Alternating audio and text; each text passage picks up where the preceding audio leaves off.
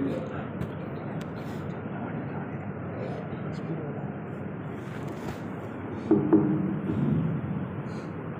علیکم ورحمۃ اللہ۔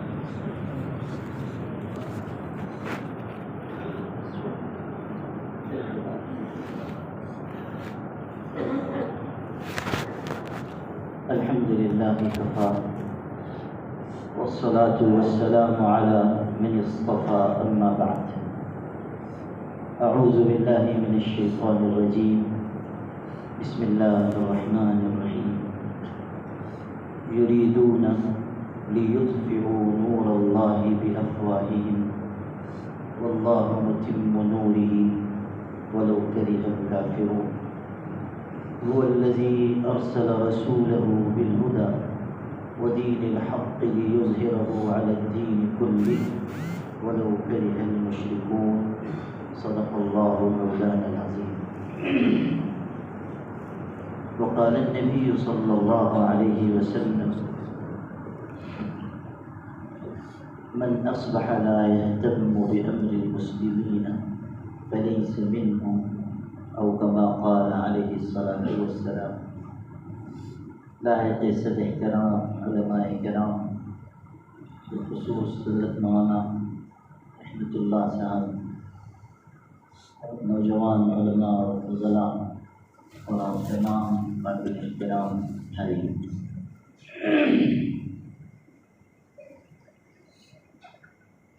کوئی شک نہیں کہ اس وقت ملک کے حالات اچھے نہیں، اور جس کے دل میں ذرہ برابر بھی ایمانی رمق ہے وہ حالات کی سنگینی کو محسوس کر رہا ہے،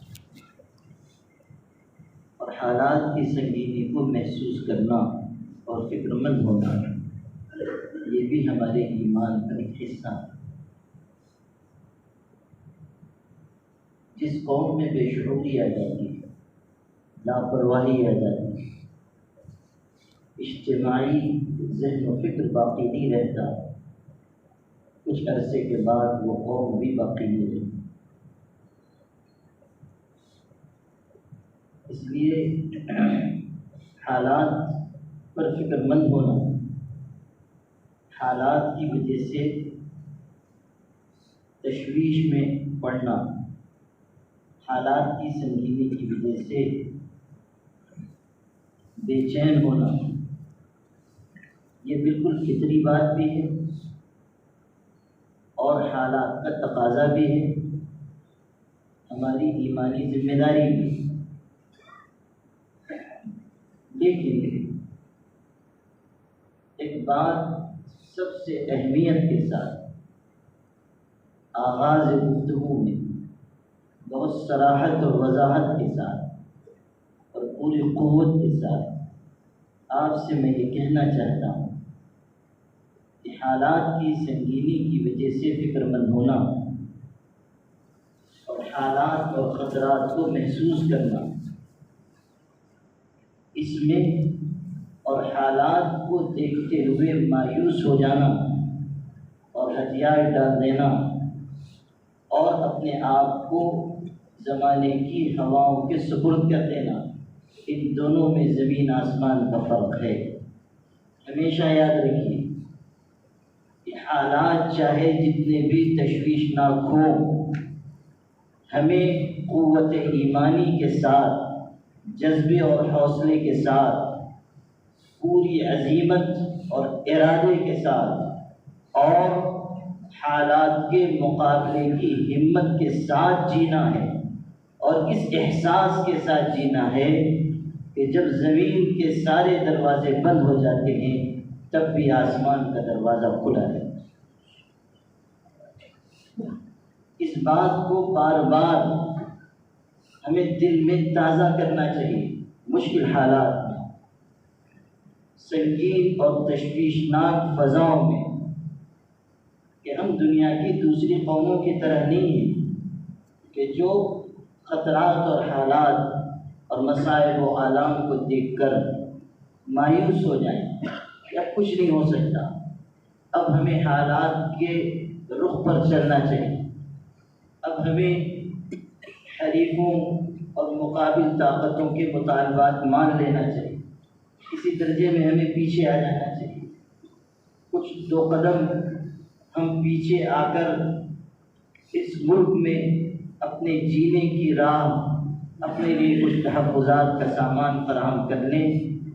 یہ دنیا کی دوسری قوموں کا طریقہ ہو سکتا ہے، لیکن بحیثیت ملت اسلامیہ، بحیثیت اللہ پر اور اس کے پاک رسول پر یقین رکھنے والے انسان کے، ہماری یہ ذمہ داری ہے کہ ہم صاف کہیں کہ چاہے جتنا بھی جبر ہوگا، چاہے جتنی بھی حالات کی سنگینی پیش آئے گی، چاہے جتنے لوگ شہید ہو جائیں گے، چاہے بہت سے لوگ جیل کے سلاخوں کے پیچھے چلے جائیں گے، املاک، اولاد، جائیداد اور اسباب تباہ ہوں گے، لیکن ہمارا اول و آخر یہ کہنا ہے کہ ہم کبھی بھی طاغوتی طاقتوں کے آگے ہتھیار نہیں ڈالیں گے۔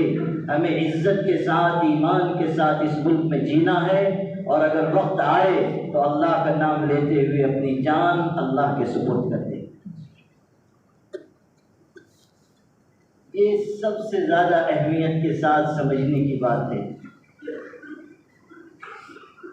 وہ قوم جو میدان میں شکست کھا جائے، اس کی شکست کوئی بڑی شکست نہیں ہے، لیکن وہ قوم جو شکست حوصلہ ہو جائے، جو اپنے ارادے ختم کر دے، جو اپنے آپ کو حالات کے دباؤ میں پیچھے ہٹنے پر مجبور کر لے، جو سپر انداز ہو جائے، جو ہتھیار ڈال دے، اس قوم کو تباہی اور بربادی سے کوئی بچا نہیں سکتا۔ ہمیں اپنے دل میں، اپنے کلیجے میں یہ دم پیدا کرنا چاہیے کہ ہم صاف کہیں کہ ہم دب جانے والی، جھک جانے والی، مٹ جانے والی اور سپر انداز ہو جانے والی امت نہیں ہے۔ ہمیں تو یہ سکھایا گیا ہے کہ اگر ہمارے چند افراد بھی زندہ رہیں گے تو آخری سانس تک دین و ایمان کی بات کریں گے، چاہے ان کی گردن پر فولاد سے بنی ہوئی تلوار رکھ دی جائے، مگر ان کی زبان سے نکلنے والے بول اللہ کی عظمت اور کبریائی کے بول ہوں گے۔ وہ اللہ کے مقابلے میں کافرانہ اور طاغوتی طاقتوں کی عظمت اور بڑائی کو تسلیم نہیں کر سکتے۔ ایک بات تو یہ سمجھنے کی ہے، اور دوسری بات یہ ہے کہ جو مشکل حالات ہم پر ہیں وہ کوئی انوکھی چیز نہیں، کوئی اجنبی چیز نہیں، ہمارے لیے کوئی نئی بات نہیں۔ ایسے بہت سے حالات، اس سے زیادہ مشکل حالات، اس سے زیادہ سنگین دور، اس سے زیادہ مصائب و آلام کی کہ سیلاب اور طوفان اس امت پر پہلے گزر چکے۔ ہم یہاں تک یوں ہی نہیں پہنچے، ہم تو موج بلا ہمارے سر سے گزر چکی ہے تب ہم یہاں پہنچے۔ ہم نے مصائب کے طوفانوں کا مقابلہ کیا، ہمارے بڑوں اور بزرگوں نے مصیبتوں اور پریشانیوں کے بڑے سے بڑے سیلاب کو اپنے عزم اور عزیمت کے ذریعے شکست دی ہے۔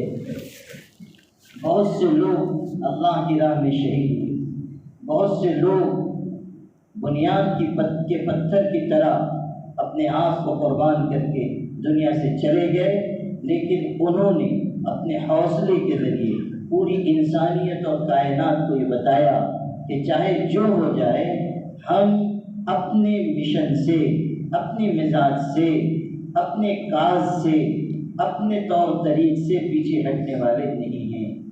حالات آ چکی، خود حضور پاک صلی اللہ علیہ وسلم پر کیسے سنگین حالات آئے، آپ کو کتنا ستایا گیا، آپ کو کتنا پریشان کیا گیا، راستے میں کانٹے بچھائے گئے، آپ پر کچرے ڈالے گئے، نماز کی حالت میں اونٹ کی غلاظت ڈالی گئی، آپ کے صحابہ کو تپتی ہوئی ریت پر گھسیٹا گیا، حضرت خباب بن الارت کو انگاروں پر لٹایا جاتا کہ ان کی چربی اور خون کے بہنے سے انگارے کشتے تھے۔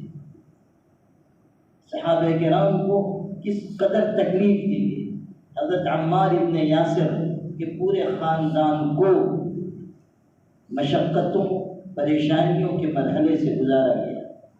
ان کی والدہ حضرت سمیہ کو ان کے نازک مقام پر نیزہ مار کا شہید کر دیا۔ اسلام کی تاریخ میں سب سے پہلے شہید ہونے والی حضرت سمیہ رضی اللہ عنہ انہی کی والدہ، ان کے والد کو ستایا گیا، گھر والوں کو ستایا گیا۔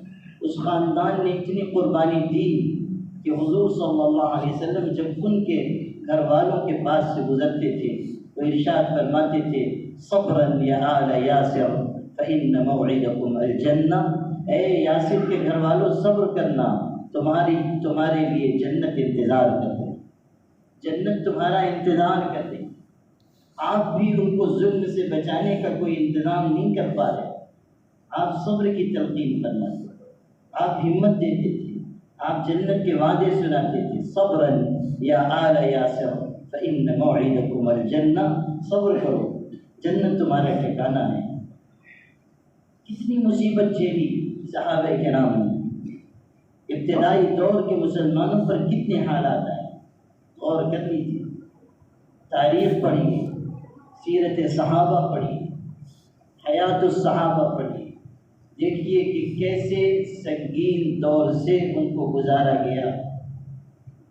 مٹھی بھر لوگ تھے، سارا عرب مخالف تھا، اس کے باوجود نور ایمانی کے ساتھ جیتے رہے۔ حضرت ابو ذر غفاری آئے، بالکل شروع کی دور ہے، چند لوگ مسلمان ہوئے، حضور صلی اللہ علیہ وسلم نے ان کو کلمہ پڑھایا۔ انہوں نے کہا میں اپنے کلمے کا اور ایمان کا اعلان کروں۔ حضور نے فرمایا مناسب نہیں ہے، لوگ تم کو تکلیف دیں گے، مگر ان کا جوش ایمانی دیکھی، وہ گئے خانہ کعبہ کے پاس جا کر انہوں نے اپنے ایمان کا اظہار کیا، کلمہ شہادت پڑھ کر سنایا میں مسلمان ہوں۔ مشرکین چاروں طرف سے ٹوٹ پڑے اور بہت مارا گیا، اتنا کہ وہ مرنے کے قریب ہو۔ حضرت ابوبکر کو خبر ملی تو وہ دوڑ کر آئے اور انہوں نے مشرکین کو یاد دلایا کہ یہ غفار قبیلے کے شخص ہیں، اگر یہ مر گئے تو یاد رکھنا ان کے قبیلے کے لوگ تمہارے قافلوں کو گزرنے ہیں، تمہارے جو تجارتی قافلے ان کے قبیلے کے پاس سے گزرتے ہیں ان کا گزرنا مشکل ہو جائے۔ تب کہیں جا کر مشرکین نے چھوڑا، بالکل بے دم سے تھے، ان کو لایا گیا، علاج معالجہ ہوا، پھر وہ جوش ایمانی میں گئے کہ میں اعلان کروں، میں اپنے کلمے کا اظہار کروں گا۔ کیسا جذبہ ایمانی تھا، میں تو مشرکین سے کہہ کے رہوں گا کہ میں مسلمان ہو گیا، اپنی جان ہتھیلی پر رکھ کر اعلان کرنے کہ میں مومن ہوں، شرک سے میرا کوئی تعلق نہیں رہا، کفر سے میرا کوئی تعلق نہیں رہا۔ اللہ، کیسے لوگ تھے، کیسے جذبات تھے، کیسی جرأت تھی، کتنی ہمت تھی، ایمان و یقین کس طرح دل میں جمع ہوا تھا۔ صحابہ کے بارے میں کہا گیا الایمان اثبت فی قلوبہم من الجبال الرواسي، کہ مضبوط پہاڑ جتنے جمے ہوئے ہوتے ہیں ایمان اس سے زیادہ ان کے دلوں میں جمع ہو، ایمان اس سے زیادہ ان کے دلوں میں مضبوط ہے۔ سیدنا ابو بکر صدیق رضی اللہ تعالیٰ عنہ کے بارے میں سیرت کی اکثر کتابوں میں کہ جنگ کے موقع پر ایسا ہوا کہ ایک طرف حضرت ابو بکر ہیں، دوسری طرف ان کے صاحبزادے جو کفر کی حالت میں تھے، لڑنے کے لیے آئے، اور بیٹے کے نشانے پر باپ آ گیا لیکن انہوں نے تلوار جھکا دی۔ بعد میں جب مسلمان ہوئے اپنے والد سے کہا کہ فلاں جنگ میں آپ میرے نشانے پر تھے، چاہتا تو قتل کر دیتا، لیکن باپ ہونے کا لحاظ کیا، تلوار جھکا دی۔ سیدنا ابو بکر صدیق نے فرمایا کہ بیٹا تو نے باپ ہونے کی رعایت کی، اگر تو میرے نشانے پر آ جاتا تو میں تجھ کو ضرور قتل کر دیتا، اس لیے کہ تو اپنے کفر میں کچا تھا، ابو بکر اپنے ایمان میں پکا ہے، میں نہیں چھوڑوں۔ اسی پر آیت آئی تھی لا تجد قوما یؤمنون باللہ والیوم الآخر، یہ اس آیت کا شان نزول ہے۔ انہیں اپنی رشتہ داریوں کا خیال نہیں ہے۔ سیدنا عمر بن خطاب رضی اللہ تعالیٰ جب بدر کی لڑائی میں لوگ قید ہو کر آئے تو حضور صلی اللہ علیہ وسلم نے مشورہ کیا کہ قیدیوں کے ساتھ کیا سلوک کیا جائے۔ سیدنا ابو بکر صدیق نے کہا اللہ کے رسول صلی اللہ علیہ وسلم، یہ مکے کے لوگ کسی نہ کسی درجے میں تعلق رکھنے والے ہی ہیں، رشتہ داریاں بھی ہیں، قتل کرنے کے بجائے اگر یہ ہو کہ فدیہ لے کر چھوڑ دیا جائے، مال لے کر چھوڑ دیا جائے، اچھا ہو۔ حضرت عمر بن خطاب رضی اللہ تعالیٰ سے حضور نے پوچھا تمہاری رائے کیا ہے؟ حضرت عمر رضی اللہ تعالیٰ تو اپنے مزاج کے لحاظ سے منفرد انسان تھے، ان کے اندر جوش ایمانی تھا۔ اشدہم فی امر اللہ عمر، دین کے معاملے میں بے پناہ باغیرت تھے۔ حضرت عمر نے کہا اللہ کے رسول، ان قیدیوں میں فلاں ابو بکر کا رشتہ دار ہے، اس کو ابو بکر کے حوالے کیجیے کہ وہ اس کی گردن اتارے، اور فلاں میرا رشتہ دار ہے، مجھ کو دیجیے میں گردن اتاروں، اور فلاں فلاں کا رشتہ دار ہے، ساری رشتہ داریاں گنائیں، حوالے کیجیے، ایک کو بھی زندہ نہ چھوڑیے۔ رائے تھی اور ان کی رائے اسی انداز کی ہوتی تھی، دین کے سلسلے میں بہت باغیرت تھے۔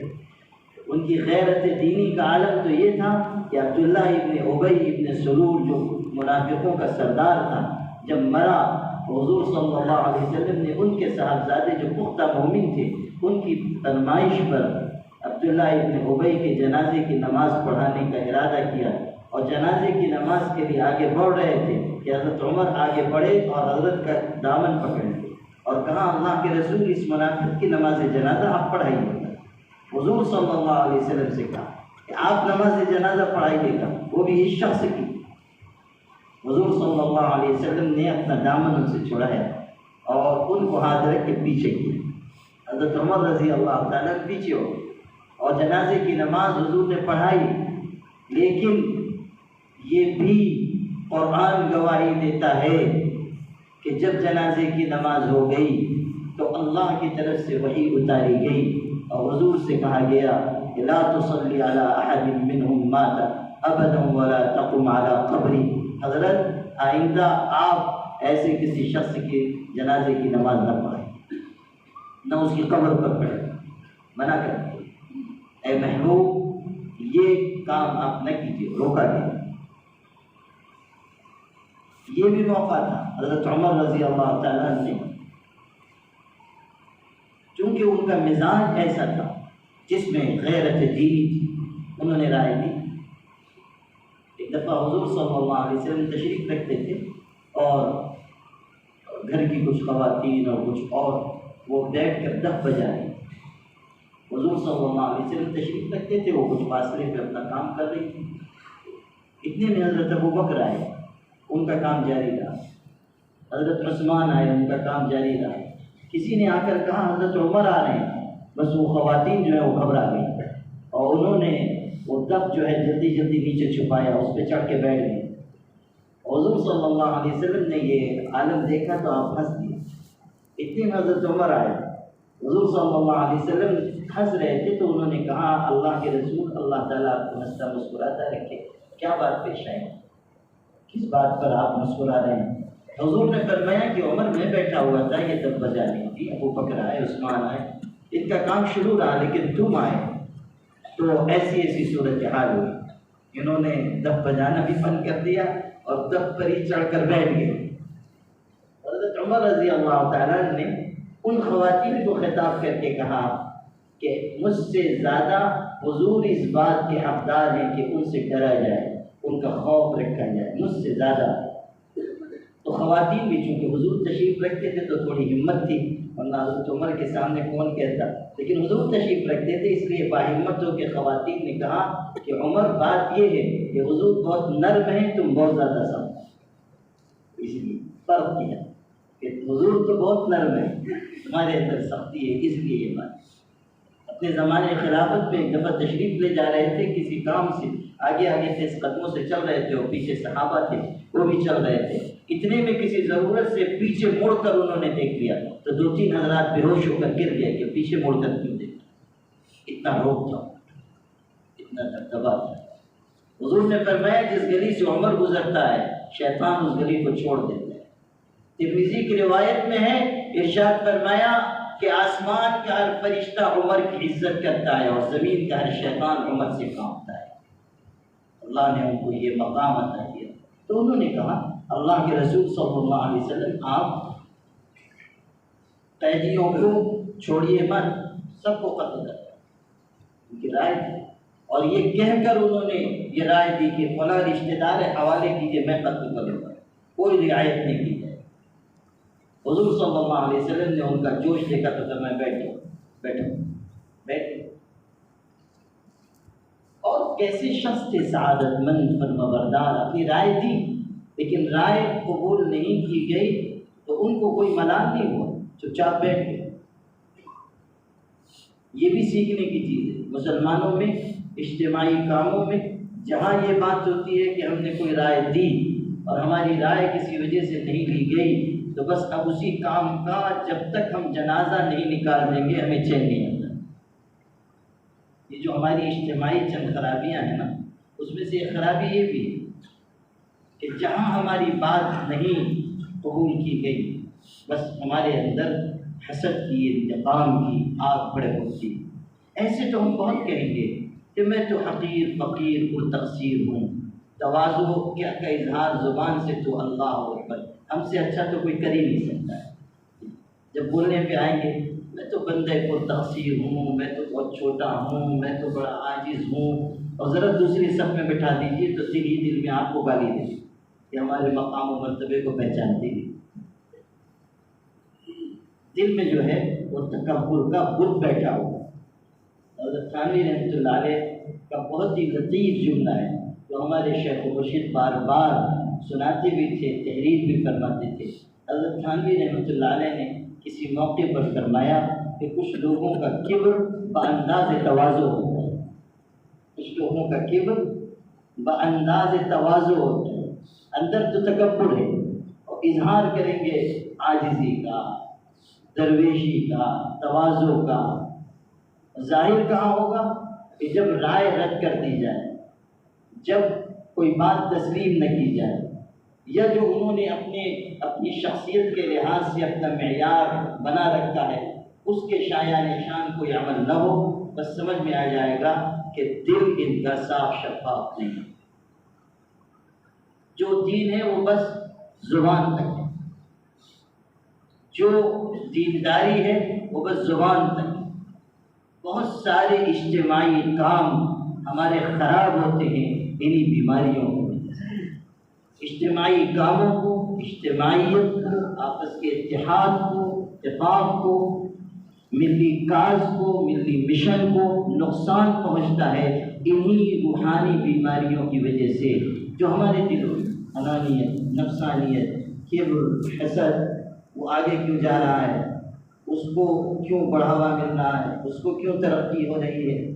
حضرت تھانوی جی نے لکھا ہے کہ حسد کا سب سے اعلیٰ درجہ یہ ہے کہ جہاں پہنچ کر انسان یہ تمنا کرنے لگتا ہے کہ اللہ فلاں شخص سے نعمت چھین لے چاہے مجھ کو ملے یا نہ ملے، یہ تمنا کرنے لگتا ہے کہ فلاں سے عزت اور نعمت چھین لے چاہے مجھ کو ملے یا نہ ملے۔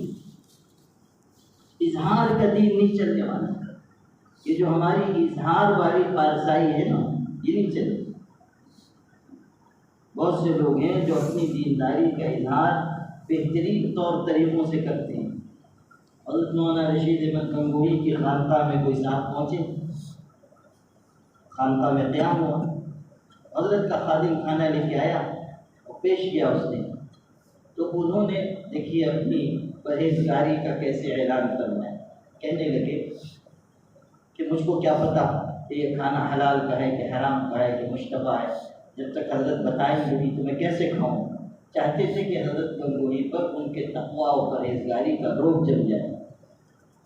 خادم پہ بڑے ناراض ہوئے، وہ بیچارہ اس نے بھی سوچا کہ لگتا ہے کوئی حضرت جنید بغدادی کے بھانجے آئے ہوئے ہیں آج تو ہماری خانقاہ میں، لگتا ہے کہ کوئی بڑے متقی آدمی آئے، تو جا کے اس نے حضرت سے کہا کہ حضرت خانقاہ میں ایک صاحب آئے ہیں، بڑے محتاط خادم ہوتے ہیں، اور انہوں نے کہا کہ مجھ کو کیا پتہ یہ کھانا حلال کھائے تھے، حرام کھائے تھے، مشتبہ ہے۔ حضرت گنگوئی تو حضرت گنگوئی تھے، جہاں دیدہ انسان، سب گرم چشیدہ انسان، وہ فراست ایمانی رکھنے والے، وہ سمجھ گئے کہ آنے والا حضرت جنید بغدادی کے شجر نسب سے نہیں ہے، ابلیس سے اس کی دوستی زیادہ معلوم ہے۔ حضرت نے خادم سے کہا کہ جا فوراً کھانا اٹھا کے لیا اور ان سے کہہ دینا کہ جو مہمان خانے کے سامنے گولر کا درخت ہے اس کے گولر بالکل حلال پاکیزہ ہیں، وہی کھا اور گزارا۔ بالکل حلال پاکیزہ گولر ہے، اسی کو کھائیے اور گزارے۔ ظاہر ہے کہ اس علاج کے بعد تو جو ان کا قیام عرش اعظم کے پاس تھا وہ بالکل ایک دفعہ میں نیچے آ گیا، اور ان کو بھی اندازہ ہو گیا ہوگا کہ جہاں آئے ہیں وہاں حکمتیں اور تدبیریں چلنے والی ہیں۔ کچھ لوگوں کا تقویٰ جو ہے، کچھ لوگوں کی پرہیزگاری، وہ کتے کی پرہیزگاری کے مانند ہوتی ہے۔ کلابی تقویٰ، رتھانوی کہتے تھے کلابی تقویٰ ہوتا ہے، جیسے کتا پرہیزگاری کا اظہار کرتا ہے کہ یوں تو ساری دنیا کی نجاست غلاظت چاٹتا پھرے گا، لیکن جب پیشاب کرنا ہوتا ہے تو ٹانگ اٹھا کے پیشاب کرتا ہے، بتاتا ہے کہ دیکھو ہم پیشاب کی چھینٹوں سے کتنا بچنے والے۔ حضرت تھانوی رحمۃ اللہ علیہ کہتے تھے کہ کچھ لوگوں کا تقویٰ ایسا ہوتا ہے، کچھ لوگوں کی پرہیزگاری ایسی ہوتی ہے کہ کوئی مکروہ مشتبہ حرام کام چھوڑیں گے نہیں اور بتائیں گے کہ ہم بڑے متقی ہیں، خلاف شرع شیخ تھوکتا بھی نہیں مگر اندھیرے اجالے چوکتا بھی نہیں۔ خیر جو آپ کو سنا رہا تھا وہ یہ کہ حضرت عمر رضی اللہ تعالیٰ نے رائے دی، رائے مسترد ہو گئی، حضور نے بٹھا دیا، بیٹھ گئے، کوئی ملال دل میں نہیں۔ حضور صلی اللہ علیہ وسلم نے اور لوگوں سے رائے کے فیصلہ کر دیا، فدیہ لے کر چھوڑ دیا، مجلس ختم ہو گئی۔ اگلے دن حضرت عمر رضی اللہ تعالیٰ مسجد میں آئے حضور کی خدمت میں حاضری کے لیے، تو دیکھا کہ حضور صلی اللہ علیہ وسلم اور سیدنا ابو بکر صدیق دونوں کھڑے ہوئے ہیں اور رو رہے ہیں۔ حضرت ابو بکر بھی رو رہے ہیں اور حضور بھی رو رہے ہیں۔ ان دونوں کو روتا ہوا دیکھ کر گھبرا گئے، جلدی سے قریب آئے۔ اللہ کے رسول میرے ماں باپ آپ پر قربان ہوں، کون سے صدمے کی بات پیش آ گئی کہ آپ رو رہے ہیں؟ حضور صلی اللہ علیہ وسلم نے فرمایا کہ عمر قرآن کی آیت آئی ہے جس میں یہ بتایا گیا ہے کہ قیدیوں کو قتل کرنا ہی زیادہ مناسب۔ حضرت عمر نے جو رائے دی تھی اس کی تائید آسمان سے ہوئی۔ علامہ جلال الدین سیوطی رحمۃ اللہ علیہ نے تو قرآن مجید کے 22 مقامات ایسے گنائے ہیں کہ حضرت عمر رضی اللہ تعالیٰ نے کوئی بات زمین پر کہی اور آسمان سے اللہ نے اس کی تائید اتار دی۔ حضرت عمر ہی نے کہا تھا کہ حضور بہتر معلوم ہوتا ہے کہ مقام ابراہیم کے پاس نماز پڑھی جائے۔ اللہ تعالیٰ کی طرف سے آیت آئی وَاتَّخِذُوا مِن مَّقَامِ إِبْرَاهِيمَ مُصَلًّى، کہ مقام ابراہیم کو نماز پڑھنے کی جگہ بنائے۔ امہات المومنین نکل جاتی تھی، پردے کا حکم نہیں تھا، بغیر چادر کے اس زمانے میں نکلتی تھی، پردے کا حکم نہیں آیا تھا۔ اس وقت حضرت عمر نے کہا اللہ کے رسول یہ امہات المومنین ہیں، یہ نکلیں تو حجاب میں نکلیں، زیادہ بہتر ہوگا۔ اللہ تعالیٰ کی طرف سے آیت آئی یا ایھا النبی قل لأزواجك وبناتك ونساء المؤمنین یدنین علیہن من جلابیبہن۔ اللہ تعالیٰ نے کیسی شان عطا کی تھی۔ خیر آپ کو یہ سنانا تھا کہ صحابہ کرام کا ایمان ایسا مضبوط تھا کہ انہوں نے ایمان کے مقابلے میں خون کے رشتوں کا بھی لحاظ نہیں، رشتہ داریوں کا بھی لحاظ نہیں، صاف کہ اگر کفر ہے شرک ہے تو پھر کوئی رعایت نہیں کی جائے۔ جو بات سمجھنے کی ہے وہ یہ کہ ہم بھی اپنے اندر یہ جذبہ پیدا کریں کہ ایمان و یقین پر پختگی کے ساتھ جمیں اور غور کریں کہ صحابہ کرام پر اتنے مشکل حالات آئے لیکن انہوں نے کبھی دین و ایمان کا دامن چھوڑنے کی یا ہتھیار ڈال دینے کی بات نہیں کی، ہمیشہ مضبوطی کے ساتھ مقابلہ کیا، حالات کو حکمت عملی کے ساتھ صحیح رخ پر لے جانے کی کوشش کی۔ آپ دیکھیے کتنی جنگیں لڑی، کتنے صحابہ شہید ہوئے، کتنے مشکل حالات آئے، حضور کے قریب ترین جانثار صحابہ وہ شہید کیے گئے اور ایسے لوگ بھی دنیا سے گئے جن کی شہادت پر حضور بچوں کی طرح روئے، آنکھوں سے آنسو بہے۔ حضرت مصعب بن عمیر جب احد کی لڑائی میں شہید ہوئے تھے، وہ شخص کہ جس سے بہتر لباس پہننے والا مکے میں کوئی نہیں تھا، ایسا جوان کہ جس سے بہتر خوشبو کوئی استعمال نہیں کرتا تھا، ایمان قبول کیا، گھر والوں نے گھر سے نکال دیا، اتنی مالدار ترین گھرانے کے تھے، گھر والوں نے نکال دیا، ایک کپڑے پر نکالا، انہوں نے برداشت کیا، ایمان و یقین کے راہ میں کیسے قربانی دی، ایمان و یقین کے لیے کیسے کٹھنائی برداشت کی، مشقتوں کے دور سے گزرنے لگے۔ ایک دن حضور کی مجلس لگی ہوئی تھی، حضرت مصعب بن عمیر آئے اور ان کے پاس صرف ایک چادر تھی اور سطر چھپانا مشکل ہو رہا تھا، اوپر کا جسم بھی کوئی چادر نہیں، کوئی کرتا نہیں، پیچھے مجلس کے بیٹھ گئے تاکہ بے ستری نہ ہو، جسم ظاہر نہ ہو، تھوڑی دیر بیٹھے رہے، پھر خاموشی سے اٹھے اور چلے گئے۔ جب وہ گئے حضور نے فرمایا دیکھو مصعب وہ جوان تھا کہ اس سے بہتر لباس مکے میں کوئی نہیں پہنتا تھا، اس سے اچھی خوشبو نہیں لگاتا تھا، ایمان اس نے قبول کیا ہے، حالات آئے ہیں، مصیبتیں سہ رہا ہے۔ آپ غور کیجئے کہ حضور نے کیسی ان کی قدردانی فرمائی، ان کی خدمت کا اعتراف کیا، ان کی قربانی کا اعتراف کیا۔ مدینہ منورہ میں سب سے پہلا مبلغ مصعب بن عمیر کو بنا کر بھیجا گیا، انہوں نے انصار میں جا کر محنت کی، کتنے گھرانوں نے ان کے دست مبارک پر ایمان قبول کیا۔ حضور کو ان سے بہت محبت تھی، بہت ہی تعلق تھا، ان کی خدمات اور قربانیوں کا حضور دل سے اعتراف کرتے تھے۔ جب احد کی لڑائی میں وہ گئے اور شہید ہوئے، حضور کو خبر دی گئی، آپ خود زخمی تھے، دندان مبارک شہید ہوئے تھے، خود کی کڑیاں دھس گئی تھیں، چہرہ لہولہان ہو گیا تھا۔ اسی وقت تو آپ نے فرمایا تھا کیف یفلح قوم شجوا وجہ نبیہم دما، وہ قوم کیسے کامیاب ہوگی جس نے اپنے پیغمبر کا چہرہ لہولہان کر دیا۔ حضور صلی اللہ علیہ وسلم کو گڑھے میں گرا دیا گیا تھا اور آپ کی شہادت کی خبر پھیلا دی گئی تھی، آپ زخمی ہیں، آپ کے چچا حضرت حمزہ شہید ہوئے ہیں، ان کی لاش کٹی پٹی پڑی ہوئی ہے، مصعب بن عمیر شہید ہوئے ہیں، حضور کو خبر دی گئی کہ مصعب بن عمیر شہید ہو گئے، حضور کی آنکھوں سے آنسو بہہ پڑے، آپ نے فرمایا مجھ کو مصعب کے پاس لے چلو، آپ آئے، ان کی لاش پڑی ہوئی تھی، حضرت بیٹھ گئے، ان کے چہرے سے خون صاف کیا اور ان کے انتقال کے بعد، شہادت کے بعد کہہ رہے ہیں کہ مصعب تجھ سے اچھا لباس مکے میں کوئی نہیں پہنتا تھا، تجھ سے اچھی خوشبو کوئی استعمال نہیں کرتا تھا، پھر تو نے اسلام قبول کیا، تجھ پر حالات آئے، تو نے اس دین کے لیے قربانیاں دی، پھر آج یہ حالت ہے کہ اللہ کے راستے میں تو شہید ہو گیا ہے۔ حضور وصال کے بعد، ان کی شہادت کے بعد یہ جملے کہہ رہے ہیں، ان کی خدمت کا اعتراف کر رہے ہیں اور آنکھوں سے آنسو روا ہیں۔ پھر آپ نے قرآن کی آیت پڑھی من المؤمنین رجال صدقوا ما عاهدوا الله عليه فمنهم من قضى نحبه ومنهم من ينتظر وما بدلوا تبدیلا۔ مسلمانوں میں کتنے جوان مرد ایسے ہیں کہ جنہوں نے اللہ سے کیے ہوئے عہد کو سچ کر دکھایا، کچھ وہ ہیں جو اپنی باری پوری کر کے چلے گئے، کچھ وہ ہیں جو انتظار کر رہے ہیں اور انہوں نے اللہ سے کیے ہوئے عہد کو کچھ بھی تبدیل نہ کیا۔ یہ آیت آپ نے تلاوت فرمائی، کتنے آپ کے جانثار ساتھی رخصت ہوئے، کتنے صحابہ نے اپنی جان کا نذرانہ خدا کی بارگاہ میں پیش کیا۔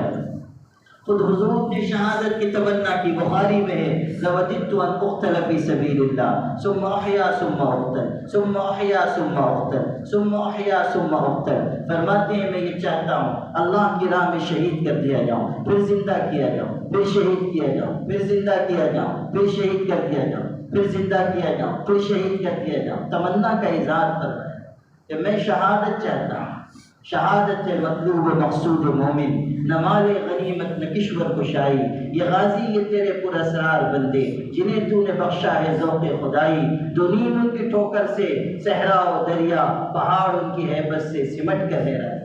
اقبال کہہ رہے ہیں شہادت مطلوب و مقصود مومن، نہ مال غنیمت نہ کشور کشائی۔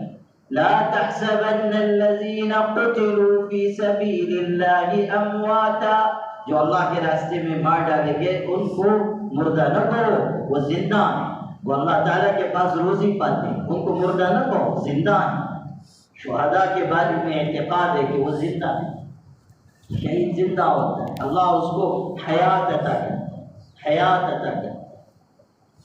ہمارے بزرگوں میں حافظ نامی شہید گزرے حاجی امداد اللہ مہاجر مکی کے دوست، وہ بڑے بہادر اور شریف انسان تھے اور بہت ہی صاحب نسبت، لیکن بڑے متواضع، بالکل عام انسانوں کی طرح رہتے تھے۔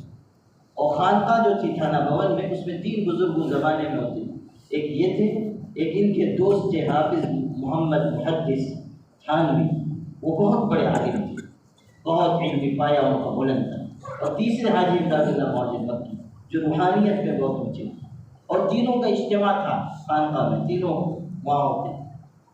لیکن ان کی شان یہ تھی کہ یہ خانقاہ کے بالکل دروازے کے قریب بیٹھتے تھے، چارپائی پر، کوئی آیا پوچھتے تھے مرید ہونا ہے، وہ دیکھو وہ حاجی امداد اللہ بیٹھے ہوئے ہیں، جا کر مرید ہو جاؤ۔ مسئلہ پوچھنا ہے، وہ مولانا محمد محدث تھانوی بیٹھے ہیں، جاؤ ان سے مسئلہ پوچھو، اور اگر پکا پینا ہے تو یار کے پاس بیٹھو۔ ایسے متواضع انسان، پکا پینا ہے یار تو بڑے مذاقی آدمی ہیں۔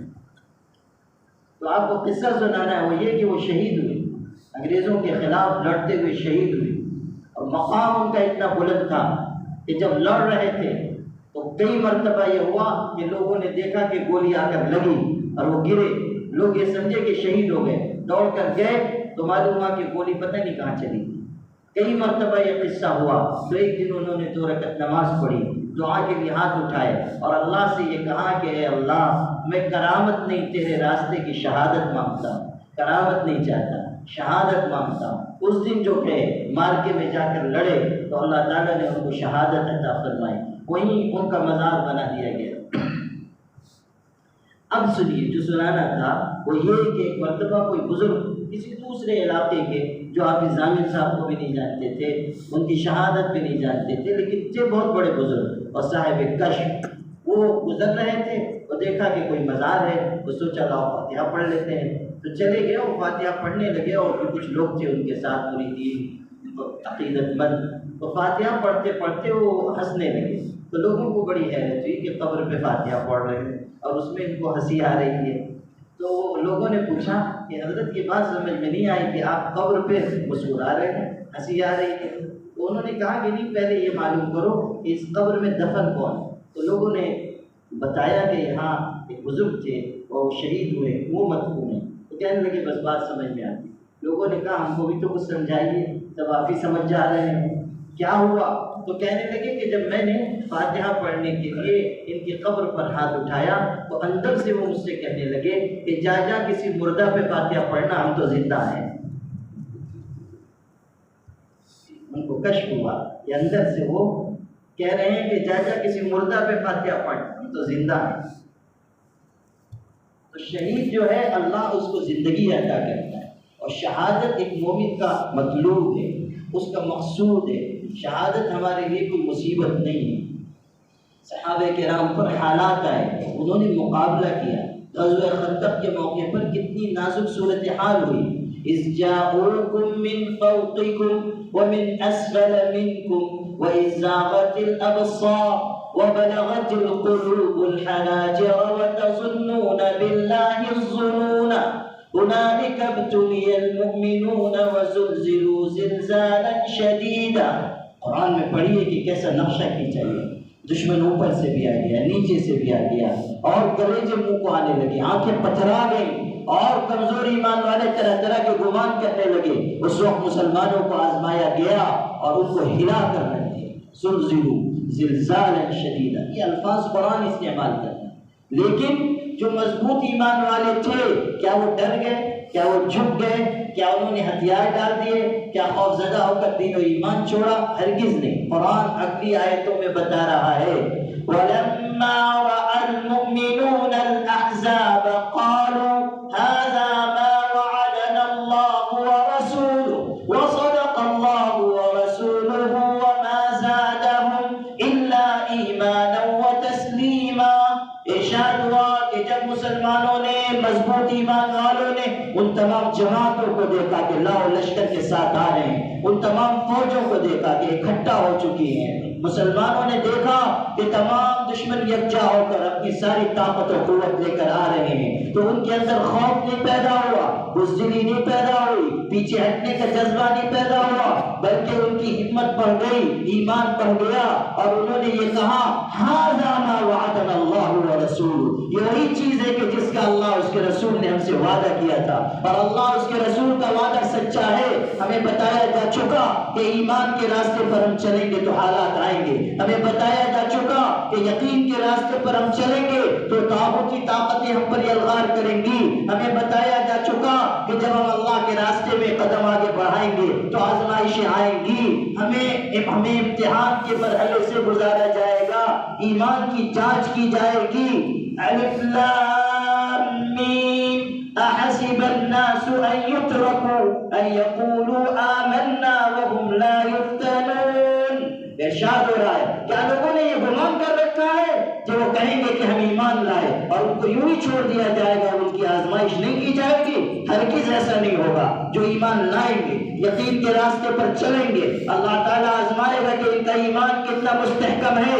لیمیز اللہ الخبیث من الطیب، اللہ تعالیٰ ایسے حالات برپا کرے گا کہ جب خبیث کو پاکیزہ سے الگ کیا جائے گا، مومن کو منافق سے الگ کیا جائے گا، کمزور ایمان والوں کو مضبوط ایمان والوں سے جدا کیا جائے گا، حد پہ فاصل کھینچی جائے گی، لکیر کھینچی جائے گی کہ اس طرف مضبوط ایمان والے ہیں اور ادھر جھک جانے والے ہیں، ادھر اپنے آپ کو بے وفائی کے راستے پر لے جانے والے ہیں، ادھر طاقتوں کی غلامی کرنے والے ہیں۔ جیسے کہ آج بھی کتنے مسلمان ہیں جو حکومت کی بولی بولتے ہیں، کتنے مسلمان ہیں جو معتدل اسلام کا نعرہ لگانے لگے، کتنے مسلمان ہیں مرکز اسلام میں یعنی حرمین شریفین میں لوگ کہہ رہے ہیں کہ معتدل اسلام کو اختیار کرو۔ کون سا معتدل اسلام، کون سا متشدد اسلام، یہ کون سی تقسیم تم لے کر آئے؟ تمہارے باپ دادا کو یہ جرت کیسے ہوئی کہ وہ اسلام کے اندر دو خانے بنائے کہ یہ معتدل اسلام ہے اور یہ متشدد اسلام ہے؟ اسلام بس ایک ہے اور وہ ابدی صداقت ہے، اور اسلام سے بڑھ کر اعتدال اور توازن کسی دین میں ہو نہیں سکتا ہے۔ اسلام نے اگر کسی مرحلے میں یہ پیغام دیا ہے کہ تم سختی برتو تو وہ اس لیے ہے تاکہ کفر کا علاج کیا جا سکے، تاکہ مسلمان جرأت اور بہادری کے ساتھ آگے بڑھ سکیں۔ اگر تمہارے اندر بزدلی ہے تو تم کہیں اور راستے ڈھونڈ لو، تم کسی اور پگڈنڈی پر چلے جاؤ، کسی اور محلے میں گزر بسر کرو، اسلام کو بدلنے کی بات تم نہیں کر سکتے ہو، چاہے وہ حکمراں ہو، چاہے وہ محکوم ہو، چاہے وہ عالم ہو یا جاہل ہو، چاہے پڑھے لکھے ہو یا بے پڑھے لکھے ہو۔ جو اسلام میں تفریق کی بات کرے گا ملت اس کو اٹھا کر اپنے دائرے سے باہر پھینک دے۔ کوئی معتدل اسلام اور متشدد اسلام نہیں، اسلام ایک ہے۔ ان الدین عند اللہ الاسلام۔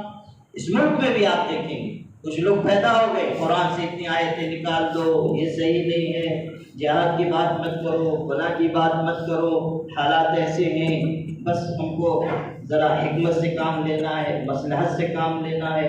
ہم نے اپنی بزدلی کو مصلحت کے خوبصورت غلاف میں لپیٹنے کا کام شروع کر دیا۔ مصلحت حکمت کے خلاف ہے، ایسا نہ کرو، اس سے یہ ہو جائے گا۔ یہ صحیح ہے کہ جوشیلے اقدامات بھی ملت کو نقصان پہنچاتے ہیں، لیکن حکمت کے ساتھ ہمت ہونی چاہیے، اور کوئی بھی قدم اٹھانے سے پہلے ہمیں تمام مثبت منفی پہلوؤں پر غور کر لینا چاہیے۔ ہماری حکمت عملی بہت مضبوط ہونی چاہیے، اس میں کوئی شک نہیں۔ کچھ چیزوں کو چھپانا چاہیے، کچھ چیزوں کو ظاہر کرنا چاہیے، کچھ منصوبے اندر رہیں، کچھ باہر رہیں، کچھ کام اندر ہو کچھ باہر ہو۔ مسلمانوں کی یہ بھی تو بہت بڑی مصیبت ہے کہ جہاں کوئی کام شروع ہوا خود مسلمانوں ہی میں مخبری کرنے والے پیدا ہو جائیں۔ مخبری کرنے والے تو ہمارے ہاں ہول سیل میں ملتے ہیں۔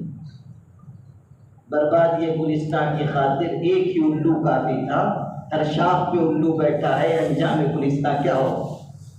ہر شاخ پہ الو بیٹھا ہے۔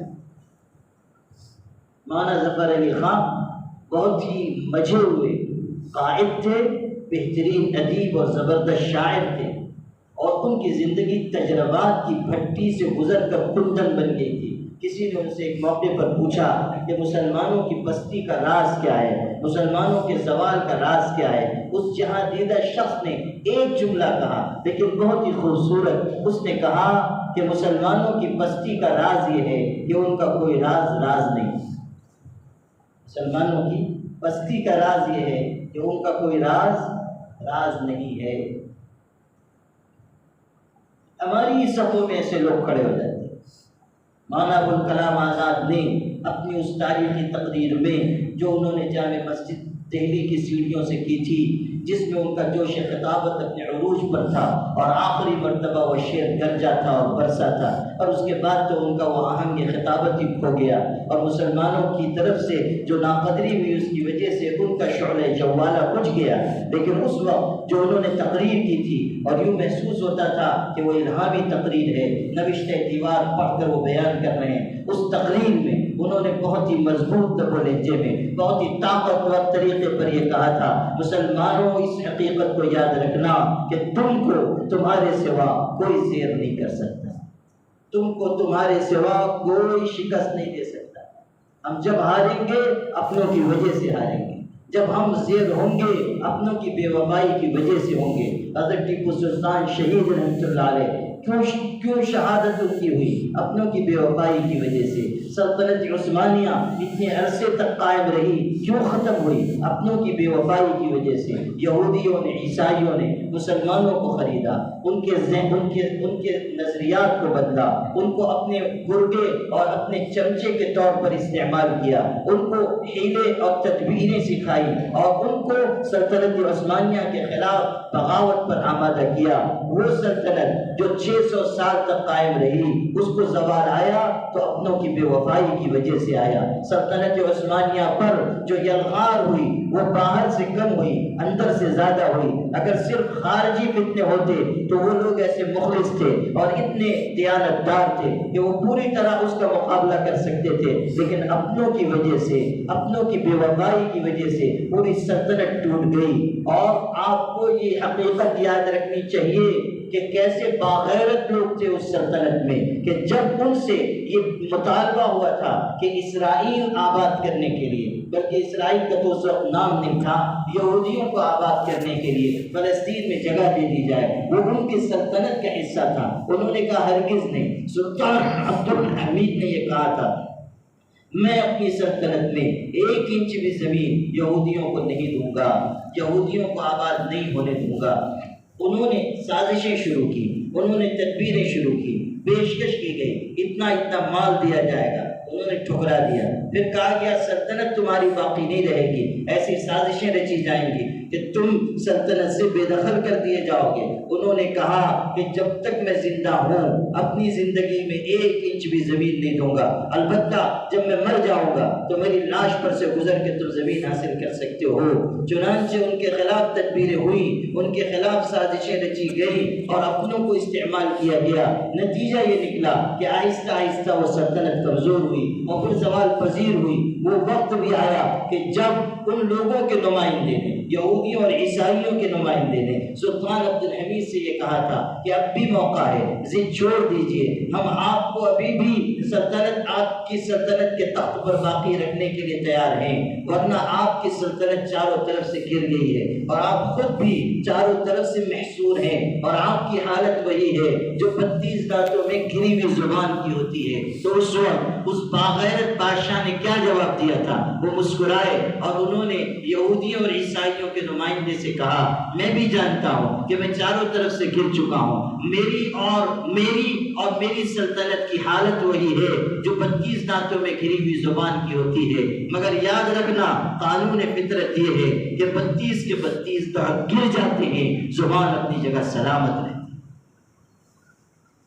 یہ جواب دیا کہ 32 کے 32 دانت گر جاتے ہیں، زبان اپنی جگہ سلامت رہتی. وہ سلطنت مٹ گئی، اس سلطنت کو زوال آ گیا اپنوں کی بے وفائی کی وجہ سے. لیکن آپ غور کیجئے کہ چونکہ ان کے اندر اخلاص تھا، اللہ تعالیٰ نے زمانے کی تبدیلی کے ساتھ پھر حالات کو تبدیل کیا. اب دیکھیے کہ ترکی میں پھر اسلام پسندوں کو حقیقی مسلمانوں کو عروج حاصل ہوا۔ ایسا زمانہ گزرا جو الحاد کا تھا، تحریت کا تھا، ایک ایک مسلمان کو اسلامی نظریات سے بدل کیا گیا۔ لیکن سلام ہو ان خانقاہ نشینوں پر، ان درویشوں پر جنہوں نے زیر زمین محنت کی، ایک بہترین نسل تیار کی، اور اس نسل کے ہاتھ میں اقتدار کی کنجیاں اللہ نے تھما دی۔ اور اب حالت یہ ہے کہ دنیا کے مختلف کافر ملک اور دنیا کی مختلف طاغوتی طاقتیں خوفزدہ ہیں کہ یہ ترکی اتنا طاقتور ہوتا چلا جا رہا ہے۔ جب آیا صوفیہ کو میوزیم کی حیثیت سے نکال کر مسجد کی شکل دی گئی اور مسجد میں پھر سے تبدیل کیا گیا تو پوری دنیا کا کفر چیخ اٹھا، یہاں تک کہ خود لبرل سمجھے جانے والے اور کہلوانے والے اپنے آپ کو انہوں نے اس کے خلاف احتجاج کیا کہ یہ غلط طریقہ ہے، میوزیم کو مسجد نہیں بنانا چاہیے اور فلاں نہیں کرنا چاہیے۔ مسلمانوں کو بھی تو کچھ زیادہ سیکولر ہونے کا بھوت سوار ہو جاتا ہے، ایسا نہیں کرنا چاہیے، فلاں نہیں کرنا چاہیے۔ اپنوں نے بھی مخالفت کی اور غیروں نے تو پورا زور لگایا، لیکن اللہ کے اس بندے کی پیشانی پر شکن نہیں آئی۔ ایک فیصلہ انہوں نے کیا تھا، نافذ کر کے دکھایا، اور جس وقت مسجد آیا صوفیہ میں پہلی مرتبہ نماز جمعہ ادا کی گئی تو ساری کافر دنیا کے اوپر بجلی گر گئی، اس لیے کہ ان کو یہ اندازہ نہیں تھا کہ سارے دباؤ کے باوجود یہ کامل یقین رکھنے والے لوگ سارے دباؤ کو ٹھکرا کر اپنے فیصلے کو نافذ کریں۔ اللہ دکھا رہا ہے کہ جو لوگ مضبوط ایمان و یقین کے ساتھ آگے بڑھیں گے اللہ ان کے لیے راہیں کشادہ کرے گا۔ اللہ کا وعدہ ہے اور سچ ہے۔ وَلَقَدْ كَتَبْنَا فِي الزَّبُورِ مِن بَعْدِ الذِّكْرِ أَنَّ الْأَرْضَ يَرِثُهَا عِبَادِيَ الصَّالِحُونَ، ہم نے زبور میں یاد الہی کے بعد یہ بات لکھ دی ہے کہ زمین کے وارث میرے بندوں میں سے وہ ہوں گے جو نیک، ان الارض يرثها عبادی الصالحون، اللہ کا وعدہ ہے۔ وعد اللہ الذین آمنوا منکم وعملوا الصالحات ليستخلفنهم في الأرض كما استخلف الذين من قبلهم وليمكنن لهم دينهم الذي ارتضى لهم وليبدلنهم من بعد خوفهم أمنا يعبدونني لا يشركون بي شيئا۔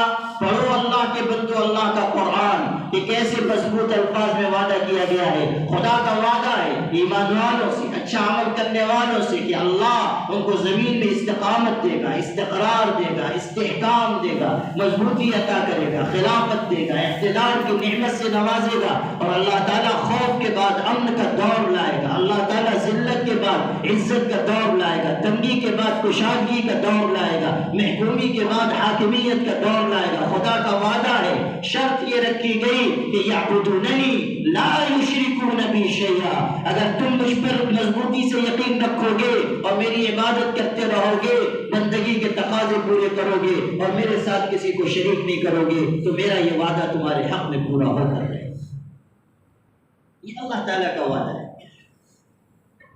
ان باتوں کو ان مشکل حالات میں سمجھ لیجیے، اور پھر قرآن کی اسی آیت کے حوالے سے آپ سے کہتا ہوں کہ یہ جو ہم پر پستی ہے، یہ جو ہم پر زوال ہے، یہ اس وجہ سے ہے کہ ہم بندگی کے تقاضے پورے نہیں کر رہے ہیں، ہم اپنے آپ کو صحیح راستے پر نہیں چلا رہے ہیں، ہم میں ملی شعور نہیں، ہم میں اجتماعی شعور نہیں۔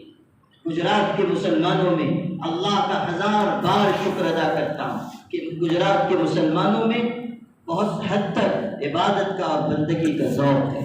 اللہ کا کرم ہے، آپ نمازیں پڑھ رہے ہیں، آپ قرآن کی تلاوت کر رہے ہیں، آپ ذکر کر رہے ہیں، اللہ والوں سے جڑے ہوئے ہیں، دعوت و تبلیغ کی محنت میں لگے ہوئے ہیں، اور بھی عبادت کی اور بندگی کے کام انجام دے رہے ہیں۔ لیکن مجھے یہ احساس برسوں سے ہے اور میں صاف کہنے کا عادی، اس لیے آپ سے صاف کہتا ہوں کہ گجرات کے مسلمانوں میں دینداری اور پرہیزگاری تو کسی نہ کسی درجے میں ہے، لیکن ملی شعور کی بہت کمی ہے، اجتماعی کاموں کی بہت کمی ہے۔ جو تحریکی مزاج ہونا چاہیے، جو قوموں کی ایک اسپرٹ ہوتی ہے، جو قوموں کو آگے بڑھانے کا ایک اندر سے داعیہ ہوتا ہے، اس کی بہت کمی ہے۔ ہمارے اندر تحریکی مزاج ہونا چاہیے، ملی شعور ہونا چاہیے، اجتماعیت آنی چاہیے۔ ہم غور کریں کہ ہم کس رخ پر جا رہے ہیں، ہماری ملت کس رخ پر جا رہی ہے، کیا ہم جان مال کی قربانی دے رہے ہیں، کیا ہم ملت کو بحیثیت ملت آگے بڑھانے کی کوشش کر رہے ہیں۔ کیا ہمارے پاس انتظامات ہیں ملت کو آگے بڑھانے کے؟ کیا ہمارے پاس منصوبے ہیں اپنی ملت کو بچانے کے؟ ہمارے پاس کیا جذبات ہیں اپنے مظلوم مسلمان بھائیوں کی امداد کے؟ غور کیجیے کہ ہمارے اندر کتنا ملی شعور ہے، ہمارے اندر کتنی اجتماعیت ہے، ہمارے اندر کتنا حوصلہ ہے حالات سے مقابلے کا۔ صرف نماز پڑھ لینے سے، صرف روزے رکھ لینے سے، صرف ذکر و تلاوت سے، صرف مراقبے سے، صرف تسبیحات پوری کرنے سے حالات تبدیل نہیں ہوں گے۔ حضور صلی اللہ علیہ وسلم نے جہاں ایک طرف بندگی کا ذوق بنایا تھا، وہی صحابہ کرام کا حالات سے مقابلے کا ذوق بنایا تھا۔ آپ نے صرف مسجد نبوی میں تعلیم اور ذکر کے حلقے قائم نہیں کیے، آپ نے صرف صفہ چبوترے کی شکل میں مدرسہ قائم نہیں کیا، بلکہ آپ نے خندق میں، احد میں، بدر میں اپنے صحابہ کو اور خود اپنے آپ کو حالات سے مقابلے کے لیے اور طاغوتی قوتوں کے آگے برسر پیکار ہونے کے لیے اپنے آپ کو پیش کر کے بتایا کہ قوموں کی زندگی کے لیے یہ بھی ضروری ہے۔ ہمارے اندر حالات سے مقابلے کی اسپرٹ پیدا ہونی چاہیے۔ یہ نہیں ہے تو آپ بحیثیت ملت آگے نہیں بڑھ پائیں، یہ نہیں ہے تو آپ اپنی ملت کو بچا نہیں پائیں۔ بزدلی جس قوم میں آ جائے گی وہ بہت زیادہ دیر تک جی نہیں پائے گی۔ ہمارے اندر ملی شعور آنا چاہیے، تحریکی مزاج آنا چاہیے، اور پھر 100% دینداری آنی چاہیے۔ صرف اس پر مطمئن مت ہو جائیے کہ نماز ہم پڑھ لے رہے ہیں، ذکر ہم کر لے رہے ہیں، تلاوت ہم کر لے رہے ہیں، نہیں، 100% دینداری آئے۔ 100% دینداری کا مطلب یہ ہے کہ عبادت بھی ہو، معاملات بھی صاف ہو، معاشرت بھی اچھی ہو، اخلاق بھی عمدہ ہو۔ یہ نہ ہو کہ نماز تو پڑھ رہے ہیں، معاملات کا پتہ ہی نہیں، اخلاق بگڑے ہوئے ہیں، معاشرت بگڑی ہوئی ہے۔ ہمارے گھروں میں کتنے معاشرتی مسائل، کتنی ازدواجی زندگیاں دشواری کے مرحلے سے گزر رہی ہیں، کتنے نکاح ہوتے ہیں، ابھی نکاح ہوا نہیں، کچھ دن گزرے کہ گھر میں انتشار پیدا ہو، طلاق کی نوبت آ گئی۔ آج کل سنا کہ آپ لوگوں کے یہاں بھی طلقت کی گردان زیادہ پڑی جا رہی ہے۔ ادھر نکاح ہوا نہیں کہ ادھر محاذ جنگ قائم ہو، اور طلق یطلق کی گردان مشہور معروف دونوں لام تاکید اور نون تاکید کے ساتھ پڑی جاتی ہے۔ یہ ٹھیک نہیں۔ ہماری معاشرتی زندگی بہترین ہونی چاہیے، لڑکیوں کی ایسی تربیت ہو کہ جو اپنی سسرال میں جا کر بہترین زندگی گزارنے والی بنے، شوہروں سے محبت کرنے والی بنے، سسرال کے رشتوں کو نبھانے والی بنے۔ یہ ہماری کمزوریاں ہیں، ہمارے خاندانی نظام کی کمزوریاں ہیں، ہماری غفلت ہے۔ ماں باپ موبائل میں وقت صرف کر رہے ہیں، یا کاروبار میں لگے ہوئے ہیں، یا اپنے مشاغل میں لگے ہوئے ہیں۔ نتیجہ یہ نکل رہا ہے کہ شعور جو بچیوں میں آنا چاہیے اچھی زندگی کے لیے، ازدواجی زندگی کو خوشگوار اور پربہار بنانے کے لیے، وہ نہیں آ رہا ہے، یا دین و ایمان کی عظمت نہیں آ رہی ہے۔ ہزاروں ہزار بچیاں کافروں کے ساتھ جا چکی ہیں اور اپنی مرضی کی شادی پر یقین رکھ رہی ہیں، ارتداد کے راستے پر جا چکی ہیں۔ پورے ملک میں آتش فشاں کی طرح یہ مسئلہ ابھرا ہوا ہے کہ ہزاروں ہماری مسلمان بچیاں مرتد ہو رہی، ہزاروں مسلمان بچیاں وہ غیروں کے ساتھ جا رہی ہیں، ان کو نہ ماں باپ کے آنسو روک پا رہے ہیں، نہ سماج اور معاشرے کی عزت کا خیال روک پا رہا ہے، اور وہاں جا کر صورتحال یہ ہو رہی ہے کہ 6 مہینے 8 مہینے سال بھر کے بعد ان کو استعمال کرنے کے بعد اسی طرح اٹھا کر پھینک دیا جا رہا ہے جس طرح دودھ میں سے مکھی اٹھا کر پھینک دی جاتی ہے۔ کوئی راستہ ان کے پاس بچ نہیں رہا ہے سوائے اس کے کہ وہ جسم فروشی کا کام کرے یا وہیں ذلت اور مجبوری کے ساتھ زندگی گزارے۔ کتنی مسلمان لڑکیوں کی داستانیں ہم لوگوں کے علم میں آ چکی کہ جانے کے بعد 6 مہینہ 8 مہینہ سال بھر نہیں گزرا کہ ان کو دھتکار دیا گیا۔ اب ان کے سماج کا دروازہ تو بند، ان کے خاندان کا دروازہ تو بند، ان کے گھر کا دروازہ تو بند، اور وہاں سے بھی نکالی گئی۔ اب جائیں تو کہاں جائیں؟ کیا ان کا مستقبل ہے؟ کیسے زندگی گزاریں گی؟ یاد رکھیے گا، یہ اس وقت کا بہت ہی سنگین مسئلہ ہے۔ یہ المیہ ہے ہماری ملت کا کہ ہماری بچیاں اس بری طرح ارتداد کا شکار ہو رہی ہیں، بے حیائی کے راستے سے ارتداد کے دہانے تک پہنچ رہی ہیں۔ بھوپال میں گیا تھا، وہاں مسلمان بہنوں نے بتایا کہ ہمارے یہاں ایک گنجان مسلم محلے میں، جہاں بہت بڑی آبادی مسلمانوں کی ہے، صرف ایک محلے سے مسلمان عورتیں، لڑکیاں نہیں عورتیں، مسلمان عورتیں شادی شدہ بچوں والی شوہر والی، ایک مسلم محلے سے 100 سے زیادہ مسلمان عورتیں شادی شدہ بچوں والی اپنے شوہروں اور اپنے بچوں کو چھوڑ کر غیروں کے ساتھ چلے، بچوں تک کو چھوڑ دیں، شوہروں کو چھوڑ دیں۔ آپ کے گجرات کی بات میں بتاؤں، ابھی ہمارے مولانا فضل الرحیم مجددی صاحب نے مجھ کو صورت میں بتایا کہ مجھ کو یہاں کے لوگوں نے باضابطہ موبائل پر پروفائل نکال کر دکھائے مسلمان لڑکیوں کے، مسلمان عورتوں کے، کہ جو لوگوں کو دعوت دے رہی ہیں کہ اگر کسی کو بدکاری کرنا ہو تو ہم سے رابطہ قائم۔ یہ مسلمانوں کے سماج کا عالم ہے، بے حیائی اس درجے سر چڑھ کر بول رہی ہے۔ ہمارا خاندانی نظام ٹوٹ رہا، ہمارے گھروں میں جراثیم سرکشی کے داخل ہو، ہمارے گھروں میں بے پردگی گھس رہی۔ آپ کو فکر مند ہونا ہوگا، آپ کے اندر شعور آنا چاہیے کہ ہم اپنی ملت کو بچائیں، ہمارے ہاتھوں میں اصلاح معاشرہ کا علم ہونا چاہیے۔ یاد رکھیے گا، جس قوم میں بے حیائی کے جراثیم پیدا ہو جاتے ہیں، دنیا کی کوئی طاقت اس قوم کو بچا نہیں پاتی۔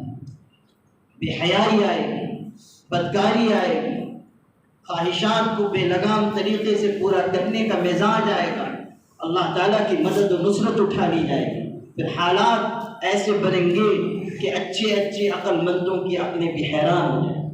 حضور صلی اللہ علیہ وسلم نے فرمایا تھا، ما ظہر فی قریۃ الزنا والربا الا اذن اللہ عز وجل بہلاکہا، جس بستی میں بدکاری اور سود کا گناہ عام ہو جاتا ہے، اللہ تعالیٰ اس بستی کی تباہی کا فیصلہ فرماتا ہے۔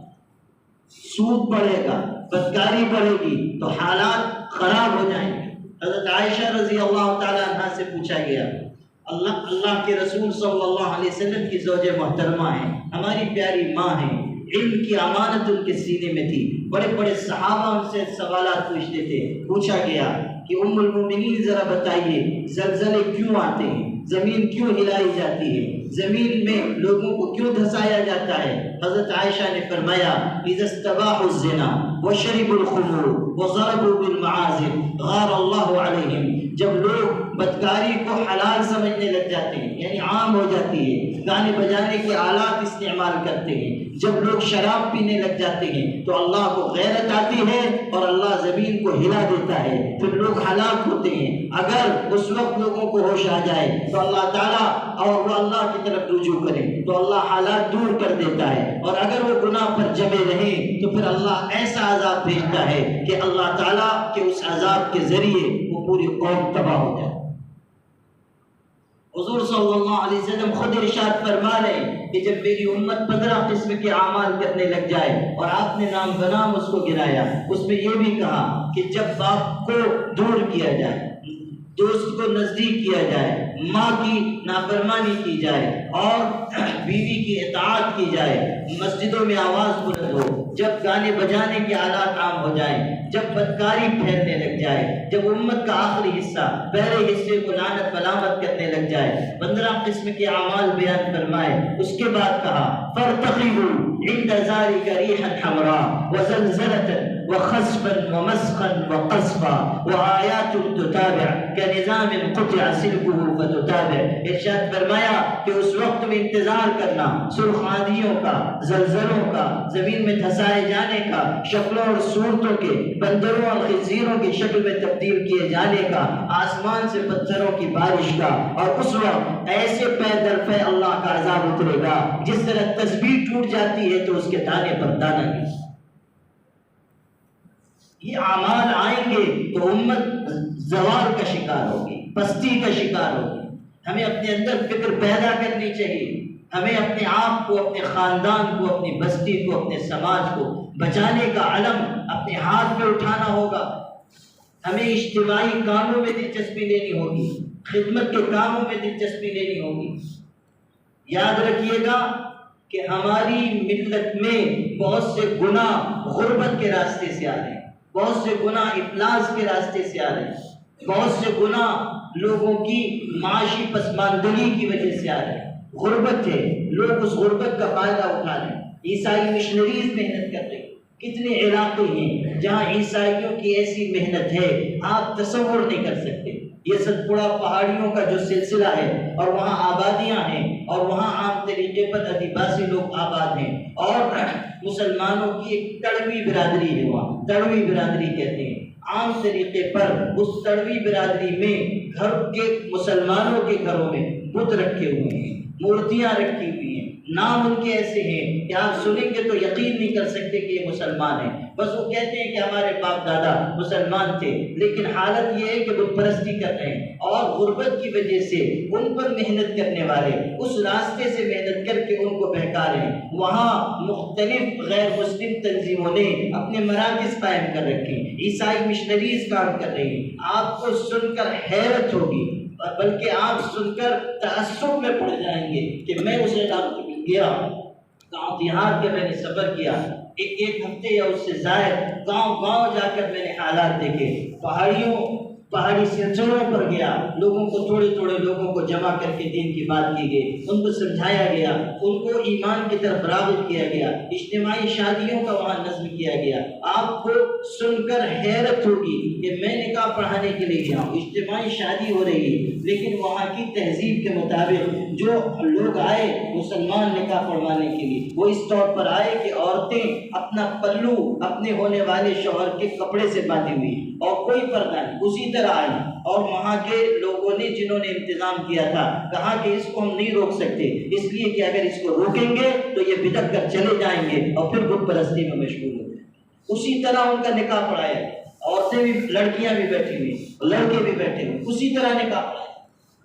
حالات ایسی۔ اب سننا کہ وہاں مجھ کو یہ معلوم ہوا کہ یہاں پر عیسائی مشنری فلاں علاقے میں کام کر رہی ہے اور یورپ سے عیسائی مشنری کو لے کر آنے والا فلاں پروپر پادری ہے جو وہاں سے آنے کے بعد، اپنے وطن سے آنے کے بعد اس پسماندہ علاقے میں جہاں بہت ہی پسماندگی ہے، جہاں ضرورت کا سامان نہیں ملتا، جہاں کئی کلومیٹر جائیے تو کوئی ضرورت کا سامان ملے گا، جہاں کے راستے کچے ہیں، جہاں آمد و رفت بے پناہ مشکل ہے، وہ عیسائی مشنری لے کر اس یورپ سے آنے والا جہاں کی زرق برق تجلیات آپ جانتے ہیں، جہاں پر آسائش اور آرائش کے جو سامان ہیں وہ آپ جانتے ہیں، لیکن ان کا جذبہ دیکھو کہ وہ شخص عیسائی مشنری لے کر آیا اور لوگوں نے بتایا کہ 23 سال ہو چکے ہیں یہ واپس اپنے وطن نہیں گیا ہے، 23 سال سے یہاں عیسائی مشنری کو لے کر یہ محنت کر رہا اور اس دیہاتی علاقے میں اس پریشان کن زندگی کو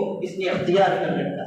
آپ غور کیجیے کہ کیسا جذبہ ان کے اندر ہے، کتنی محنت وہ کر رہے ہیں، کتنا مال وہ خرچ کر رہے ہیں، کتنی قربانیاں وہ دے رہے ہیں۔ ہم کیا کر رہے ہیں؟ ہم کتنی قربانی دیتے ہیں، ہم کتنا مال خرچ کرتے ہیں، ہم رفاہی کام کتنے کر رہے ہیں، وہ ہمارے مسلمان بچوں کا علاج کر رہے ہیں، وہ ہمارے مسلمان بچوں کی تعلیم کا انتظام کر رہے ہیں، پاٹھشالائیں ہیں، دھرم شالائیں، ان میں تعلیم ہو رہی ہے مسلمان بچوں کی، اور وہ کفر و شرک میں رنگے جا رہے ہیں۔ کون فکر کرے گا؟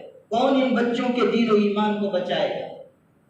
آج قومی تعلیمی پالیسی آ چکی ہے، اتنی خطرناک ہے کہ اس کے نافذ ہونے کے بعد جو مالائی عقائد سے آپ اپنے ایک بچے کو بھی نہیں بچا پائیں گے جو اسکول میں تعلیم پا رہا ہو۔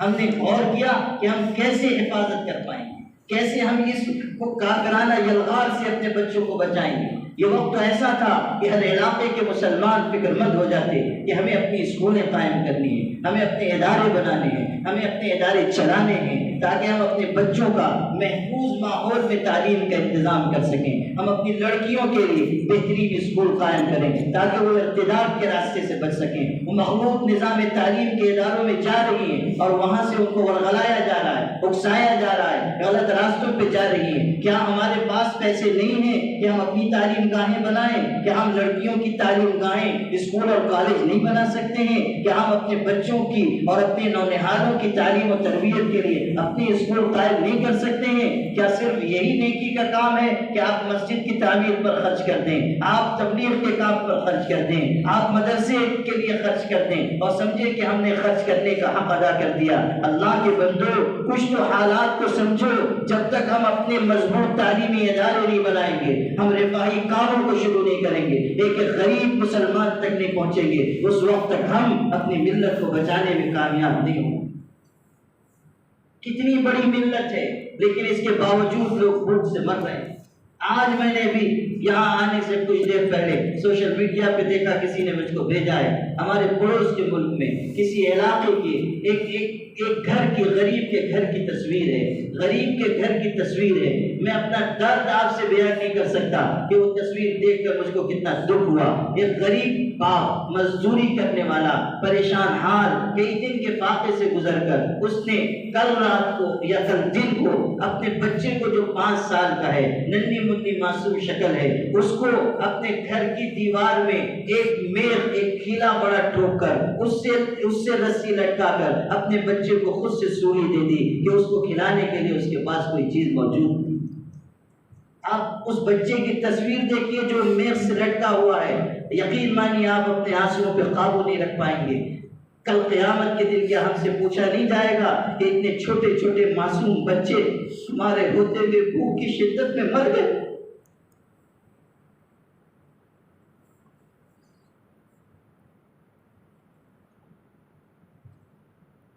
خدا کی بارگاہ میں ہم کیا جواب دیں گے؟ اتنی بڑی ملت ہے، اتنے وسائل ہیں، اتنا ساز و سامان ہے، خدا نے مسلمانوں کو کتنی دولت دی، کتنے اچھے مکانات اور کتنی اچھی سواریوں میں ہم گزر بسر کر رہے ہیں۔ اس کے بعد اس ملت کا یہ عالم ہے۔ کتنے علاقوں کے بارے میں پتہ چل رہا ہے کہ بیواؤں کو بچت اسکیم کے ذریعے سودی رقمیں دی جا رہی ہیں۔ پچھم مہاراشٹر میں گیا تھا، وہاں جلسہ ہوا، گاؤں دیہات کے لوگ بھی آئے تھے۔ علماء نے مجھ سے ملاقات کی، بات کی، کہنے لگے کہ آپ ہمارے علاقے میں بھی چلے آئیں، ہمارا گاؤں اتنے فاصلے پر ہے۔ کہنے لگے ہمارے گاؤں کی مسجد میں کوئی امام نہیں ہے، اور مسجد میں اب سننا جو دردناک بات انہوں نے بتائی کہ ہماری مسجد میں 2 مرتبہ سرکاری نمائندے آئے، بچت گٹ اسکیم جو سودی اسکیم ہے، مسجد میں انہوں نے پروگرام کیا اور عورتوں کو جمع کیا اور سود کے بارے میں ان کو اہمیت بتائی اور ان کو اس اسکیم کا حصہ بنا کر گئے۔ مسجد میں سودی اسکیم پر پروگرام ہوا اور مسلمان بیواؤں کو بچت گٹ اسکیم سے جوڑا گیا۔ اس ملت میں ہو رہا ہے، ہمارے آپ کے ہوتے ہوئے ہو رہا ہے۔ ہم رفاہی کام نہیں کر پا رہے، خدمت کے کام نہیں کر پا رہے، بھوکوں تک پہنچ نہیں پا رہے ہیں، غریبوں اور مسکینوں کی کفالت نہیں کر پا رہے ہیں۔ ہم سمجھتے ہیں کہ ہم نے تھوڑا پیسہ زکوٰۃ کے نام پر دے دیا، بس ہماری ذمہ داری پوری ہوگی۔ اس وقت ہنگامی حالات ہیں، ہر مسلمان کو اپنی کمائی کا بڑا حصہ خرچ کرنا ہوگا اپنے بھائیوں کے لیے، اپنی ملت کو اس کی اجتماعیت کے لیے، اپنی ملی اور اجتماعی اداروں کے بقا کے لیے۔ اس کے بغیر کام نہیں چلے گا۔ قرآن پاک کہہ رہا ہے وَأَنفِقُوا مِمَّا رَزَقْنَاكُم مِّن قَبْلِ أَن يَأْتِيَ أَحَدَكُمُ الْمَوْتُ فَيَقُولَ رَبِّ لَوْلَا أَخَّرْتَنِي إِلَىٰ أَجَلٍ قَرِيبٍ فَأَصَّدَّقَ وَأَكُن مِّنَ الصَّالِحِينَ۔ کہ او ایمان والو، جو ہم نے تم کو دیا ہے اس میں سے اللہ کی راہ میں خرچ کرو، اس سے پہلے کہ تم میں سے کسی پر موت کا وقت آ جائے۔ اور وہ اس وقت کہنے لگے کہ تھوڑی مہلت مل جاتی، صدقہ خیرات کرتا، مال خرچ کرتا، نیک انسانوں میں شامل ہو جاتا۔ قرآن کہہ رہا ہے لَن يُؤَخِّرَ اللَّهُ نَفْسًا إِذَا جَاءَ أَجَلُهَا وَاللَّهُ خَبِيرٌ بِمَا تَعْمَلُونَ، کہ جب کسی کی موت کا وقت آ جاتا ہے تو پھر اللہ اس کو مہلت نہیں عطا کرتا۔ موت سے پہلے کرنا ہے جو کرنا ہے، مہلت عمل ابھی ہے، فرصت عمل ابھی ہے۔ جب موت آنے والی ہوگی تو پھر کون اس کو ٹال سکے گا؟ خواجہ عزیز الحسن کہہ رہے ہیں آنے والی کس سے ٹالی جائے گی، جان ٹھہری جانے والی جائے گی، روح رگ رگ سے نکالی جائے گی، ایک دن تجھ پہ خاک ڈالی جائے گی، ایک دن مرنا ہے آخر موت ہے، کر لے جو کرنا ہے آخر موت ہے۔ آخری انجام تو فنا ہے، آخری انجام تو مٹ جانا ہے۔ یہ سارا ساز و سامان، یہ شہرتیں، یہ اسباب، یہ بنگلے، یہ کاروبار، یہ تجارتیں، یہ کھیتیاں سب پیچھے رہ جانے والی ہے، ہم تو خالی ہاتھ دنیا سے جانے والے ہیں۔ سکندر اعظم کتنا بڑا بادشاہ تھا، آدھی دنیا کو اس نے فتح کیا، غریب الوطنی میں اس کو موت آنے لگی، جب موت کا وقت تھا، عین جوانی میں مر رہا تھا، اس نے اپنے ساتھیوں سے کہا جب میرا انتقال ہو جائے گا تو میرے دونوں ہاتھ کفن سے باہر نکال دینا۔ لوگوں نے کہا آپ یہ وصیت کیوں کر رہے ہیں؟ تو سکندر اعظم نے کہا میں دنیا والوں کو یہ بتانا چاہتا ہوں کہ میں جس نے آدھی سے زائد دنیا کو فتح کیا، میں بھی دنیا سے اسی طرح خالی ہاتھ گیا جس طرح دنیا میں خالی ہاتھ آئے، میں بھی خالی ہاتھ دنیا سے جا رہا ہوں۔ دنیا سے کوئی کچھ لے کر نہیں جائے گا، ہمارا مال وہ ہے جو ہم اللہ کے راستے میں بھیج دیں گے، ہمارا توشہ وہ ہے جو اچھے اعمال انجام دے کر ہم آگے بھیج دیں گے۔ حضرت عائشہ رضی اللہ تعالیٰ عنہ بیان کرتی ہیں حضور صلی اللہ علیہ وسلم نے بکری ذبح کی، آپ نے حضرت عائشہ سے کہا اس کو تقسیم کر دو، آپ گھر سے تشریف لے گئے، تھوڑی دیر کے بعد آپ واپس آئے، پوچھا عائشہ بکری تقسیم کر دی؟ انہوں نے کہا اللہ کے رسول پوری بکری میں نے تقسیم کر دی ہے، صرف ایک دست باقی بچا ہے، ایک شانہ۔ الفاظ سنیے گا، حضرت عائشہ نے کہا اللہ کے رسول پوری بکری تقسیم ہو گئی، صرف ایک شانہ باقی ہے۔ حضور نے فرمایا عائشہ، الفاظ دھیان سے سنیے تب بات سمجھ میں آئے گی، حضرت عائشہ کہہ رہی ہیں پوری بکری تقسیم ہو گئی، صرف ایک شانہ باقی ہے۔ حضور فرما رہے ہیں عائشہ وہ پوری بکری باقی ہے سوائے اس ایک شانہ۔ یہ تربیت کا انداز تھا کہ جو اللہ کے راستے میں دے دیا گیا وہ محفوظ ہو گیا، جو باقی ہے وہ کھا کر ختم ہو جائے گا۔ وَمَا تُقَدِّمُوا لِأَنفُسِكُم مِّن خَيْرٍ تَجِدُوهُ عِندَ اللَّهِ، جو کچھ تم آگے کے لیے بھیج دو گے اللہ کے پاس موجود پاؤ گے، ایک ایک نیکی اللہ کے ہاں محفوظ ہوگی۔ کسی نے ایک دفعہ سبحان اللہ کہا ہے وہ نیکی بھی محفوظ ہوگی، کسی نے ایک کھجور اللہ کے راہ میں صدقہ کی ہے وہ بھی محفوظ ہوگی۔ حضور نے فرمایا تم میں سے کوئی شخص ایک کھجور صدقہ دیتا ہے، اللہ اپنے داہنے ہاتھ میں اس کو قبول کرتا ہے، اس کی پرورش کرتا ہے، جیسے تم کسی اپنے جانور کے بچے کی پرورش کرتے ہو، پھر قیامت کے دن اللہ اس کا عوض بہت پہاڑ کے برابر تم کو عطا کرے گا۔ آپ غور کیجیے کتنا بڑا اجر رکھا ہے، کیسا ثواب رکھا ہے۔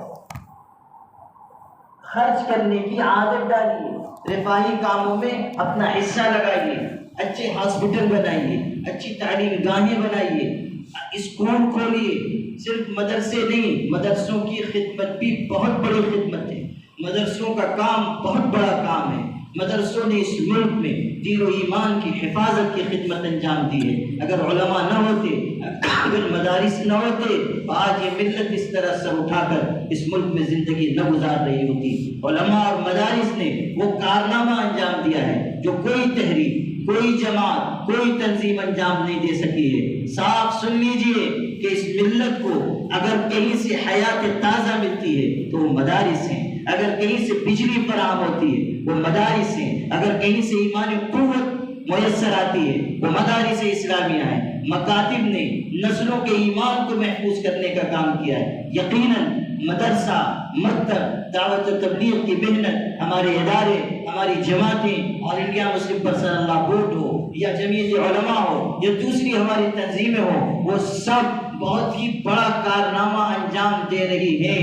ہماری جماعتوں نے اور تنظیموں نے اس ملک میں مسلمانوں کے قدموں کو جمانے میں بنیادی کردار ادا کیا ہے، لیکن صرف یہی کام کرنے کے نہیں ہیں۔ اب جس ماحول میں ہم داخل ہوئے ہیں، جس دور میں ہم داخل ہوئے ہیں، ہمیں اپنی تعلیم گاہیں بنانی ہوں گی، ہمیں اچھے ہاسپٹل بنانے ہوں گے، شفا خانے قائم کرنے ہوں گے، بہترین علاج کا انتظام کرنا ہوگا، خدمت کی راہ پر اس طرح چلنا ہوگا کہ ہم دوسرے لوگوں کو بتا سکیں کہ ہم دینے والی امت ہیں، ہم لینے والی امت نہیں ہیں۔ ہمیں بتانا ہوگا کہ جب تک ہم اس ملک میں ہیں ہم ایسی خدمت کر کے جائیں گے کہ تم سے وہ خدمت نہیں بن پڑے گی، خدمت کے ذریعے دلوں کو جیتا جائے گا، نفرت کے مقابلے میں محبت کا پیغام عام کیا جائے گا۔ ابھی لاک ڈاؤن کے زمانے میں ہمارے مالیگاؤں میں ایسے ڈاکٹر تھے جنہوں نے جان ہتھیلی پر رکھ کر کورونا کے مریضوں کا علاج کیا، غیر مسلم آتے رہے، بہنیں، بچیاں، بیٹیاں، مرد، بوڑھے، ان کا علاج کیا گیا۔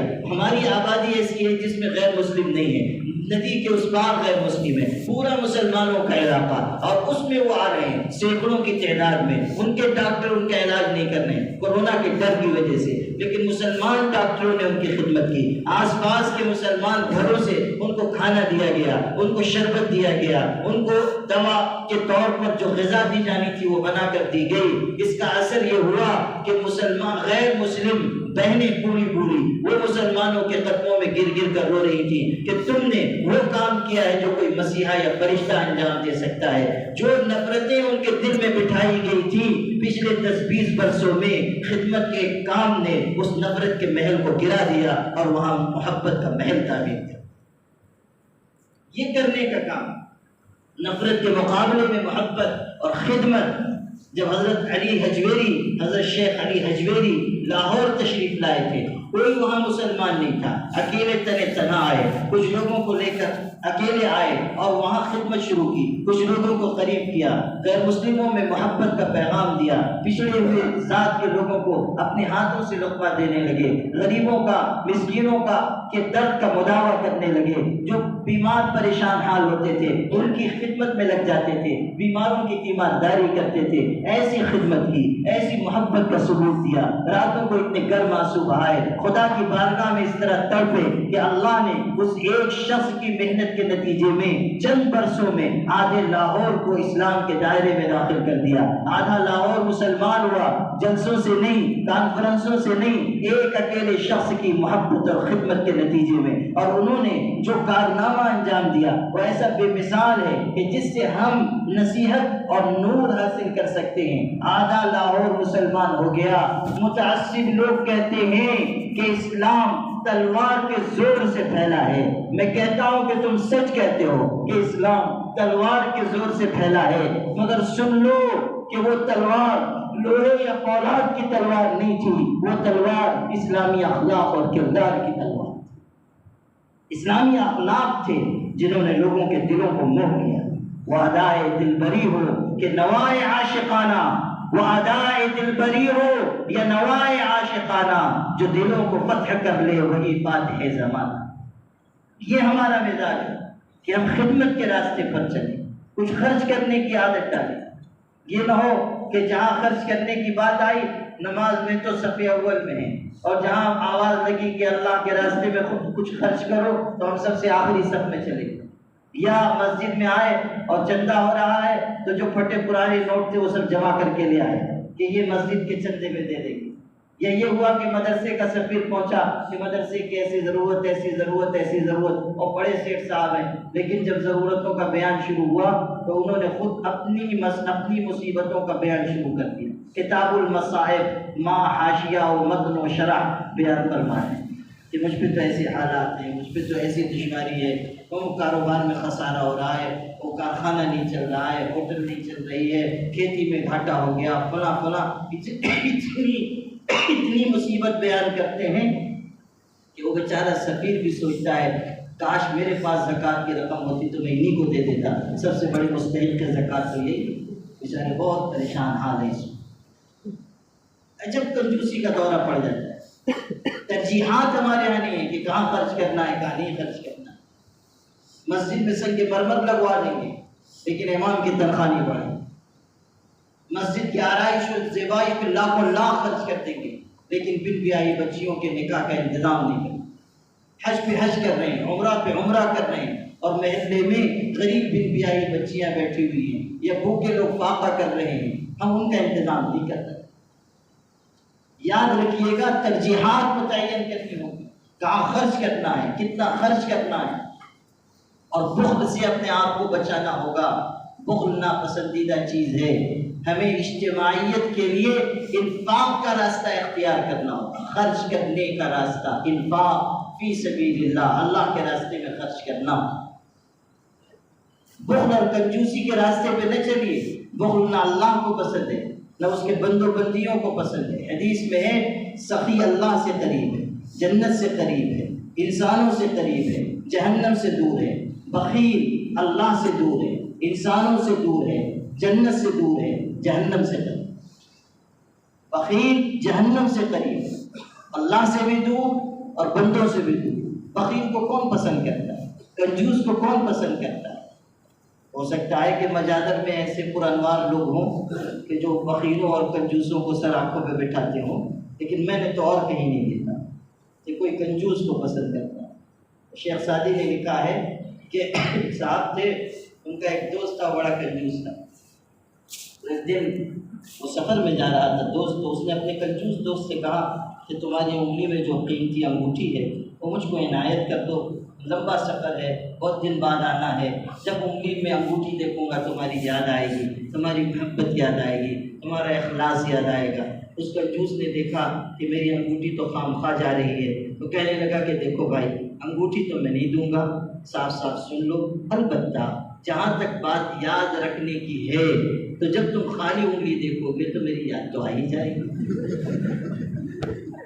جب خالی انگلی دیکھو گے تو یاد تو آ ہی جائے گی کہ فلانے سے میں نے انگوٹھی مانگی تھی اور اس نے نہیں دی، تو یاد تو آ ہی جائے گی۔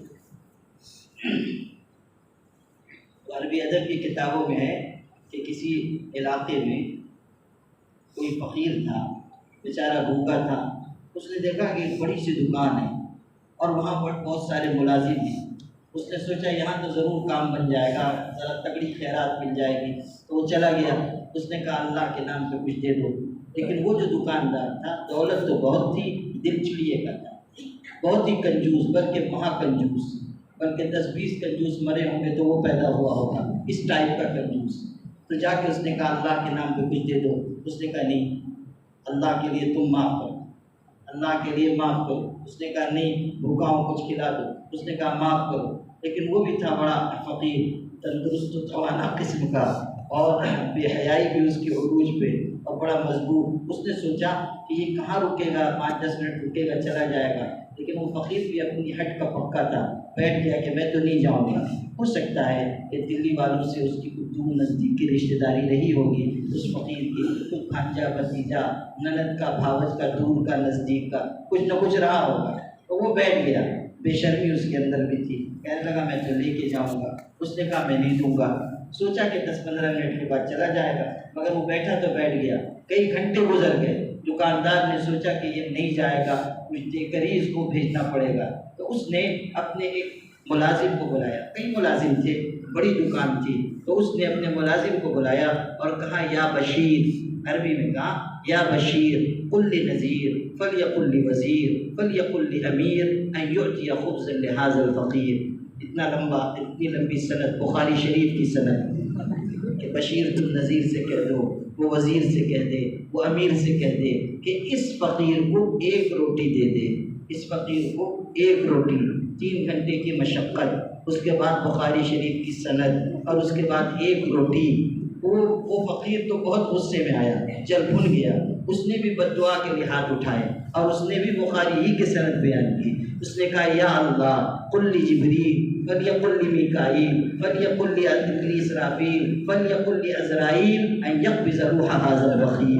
اللہ تو جبریل سے کہہ دے، وہ میکائیل سے کہے، وہ اسرافیل سے کہے، وہ عزرائیل ملک الموت سے کہے کہ اس کمبخت بخیل کی ابھی روح نکال دے، ہنس کم جہاں اس کا جینا ذرا ٹھیک نہیں۔ ان یقبض روح هذا البخیل۔ جتنی لمبی سند اس نے بیان کی تھی اتنی اس نے بھی بیان کی، اور بددعا بھی دی بہت ہی مضبوط قسم کی۔ ان یقبض روح هذا البخیل، کہ اس کا جینا مناسب نہیں ہے، خس کم جہاں پا۔ تو کنجوس کو نہ اللہ پسند کرتا ہے نہ اس کے بندے پسند کرتے ہیں، اور کنجوس انسان اپنی ملت کے لیے، اجتماعیت کے لیے نقصان دہ ہوتا ہے۔ اس لیے اپنے اندر انفاق کا جذبہ پیدا کیجیے، خرچ کرنے کی عادت ڈالیے، اللہ کے راستے میں رفاہی کاموں پر اپنا مال لگائیے۔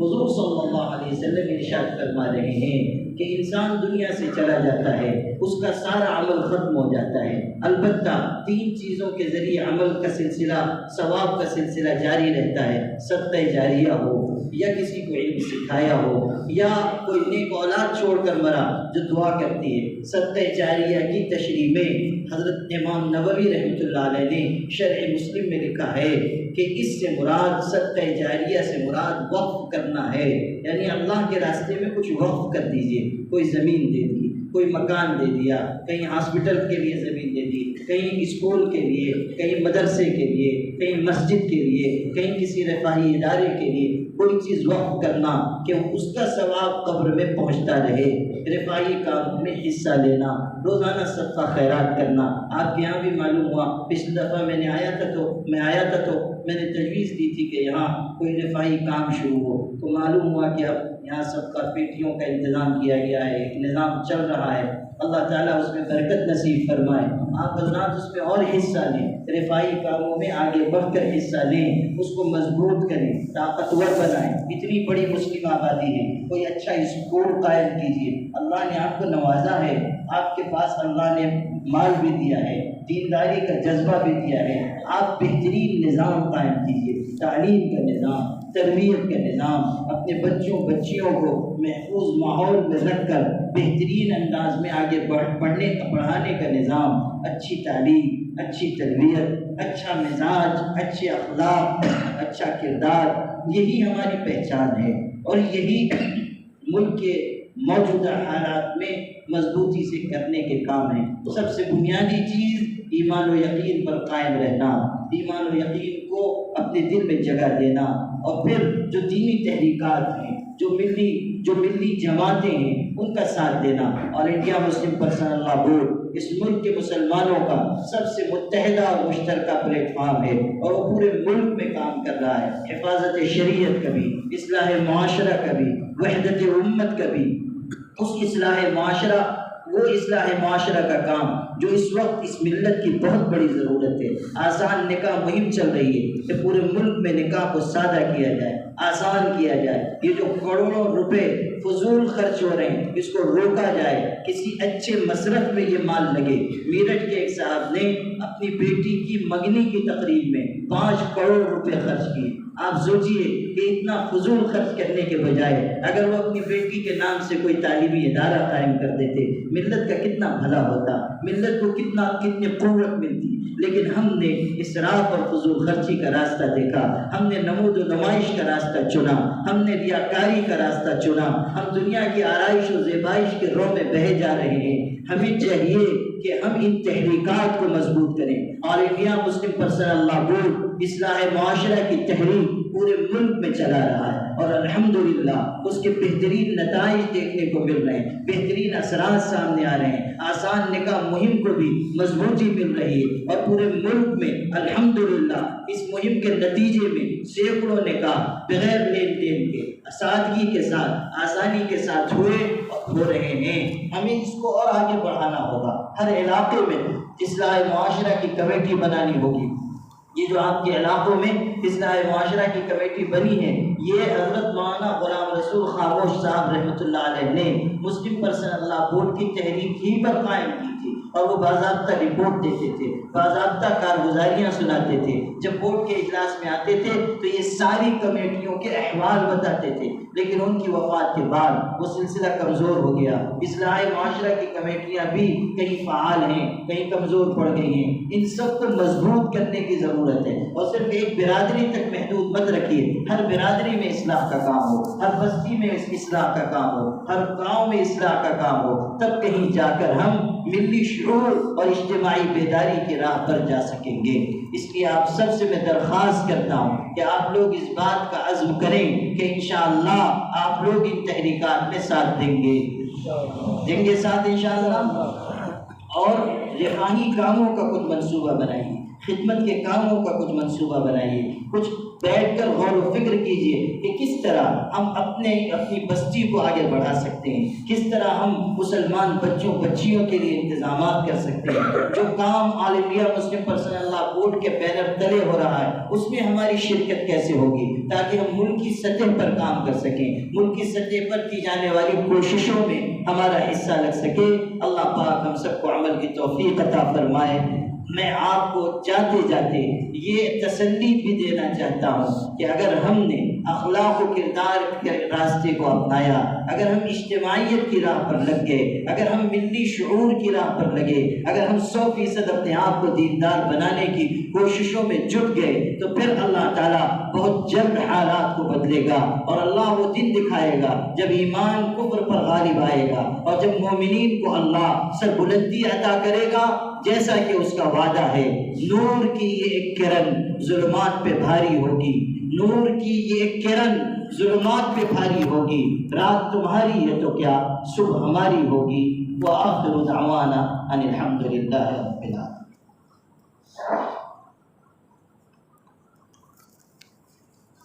بسم اللہ الرحمن الرحیم۔ 2 منٹ کا ایک اعلان ہے۔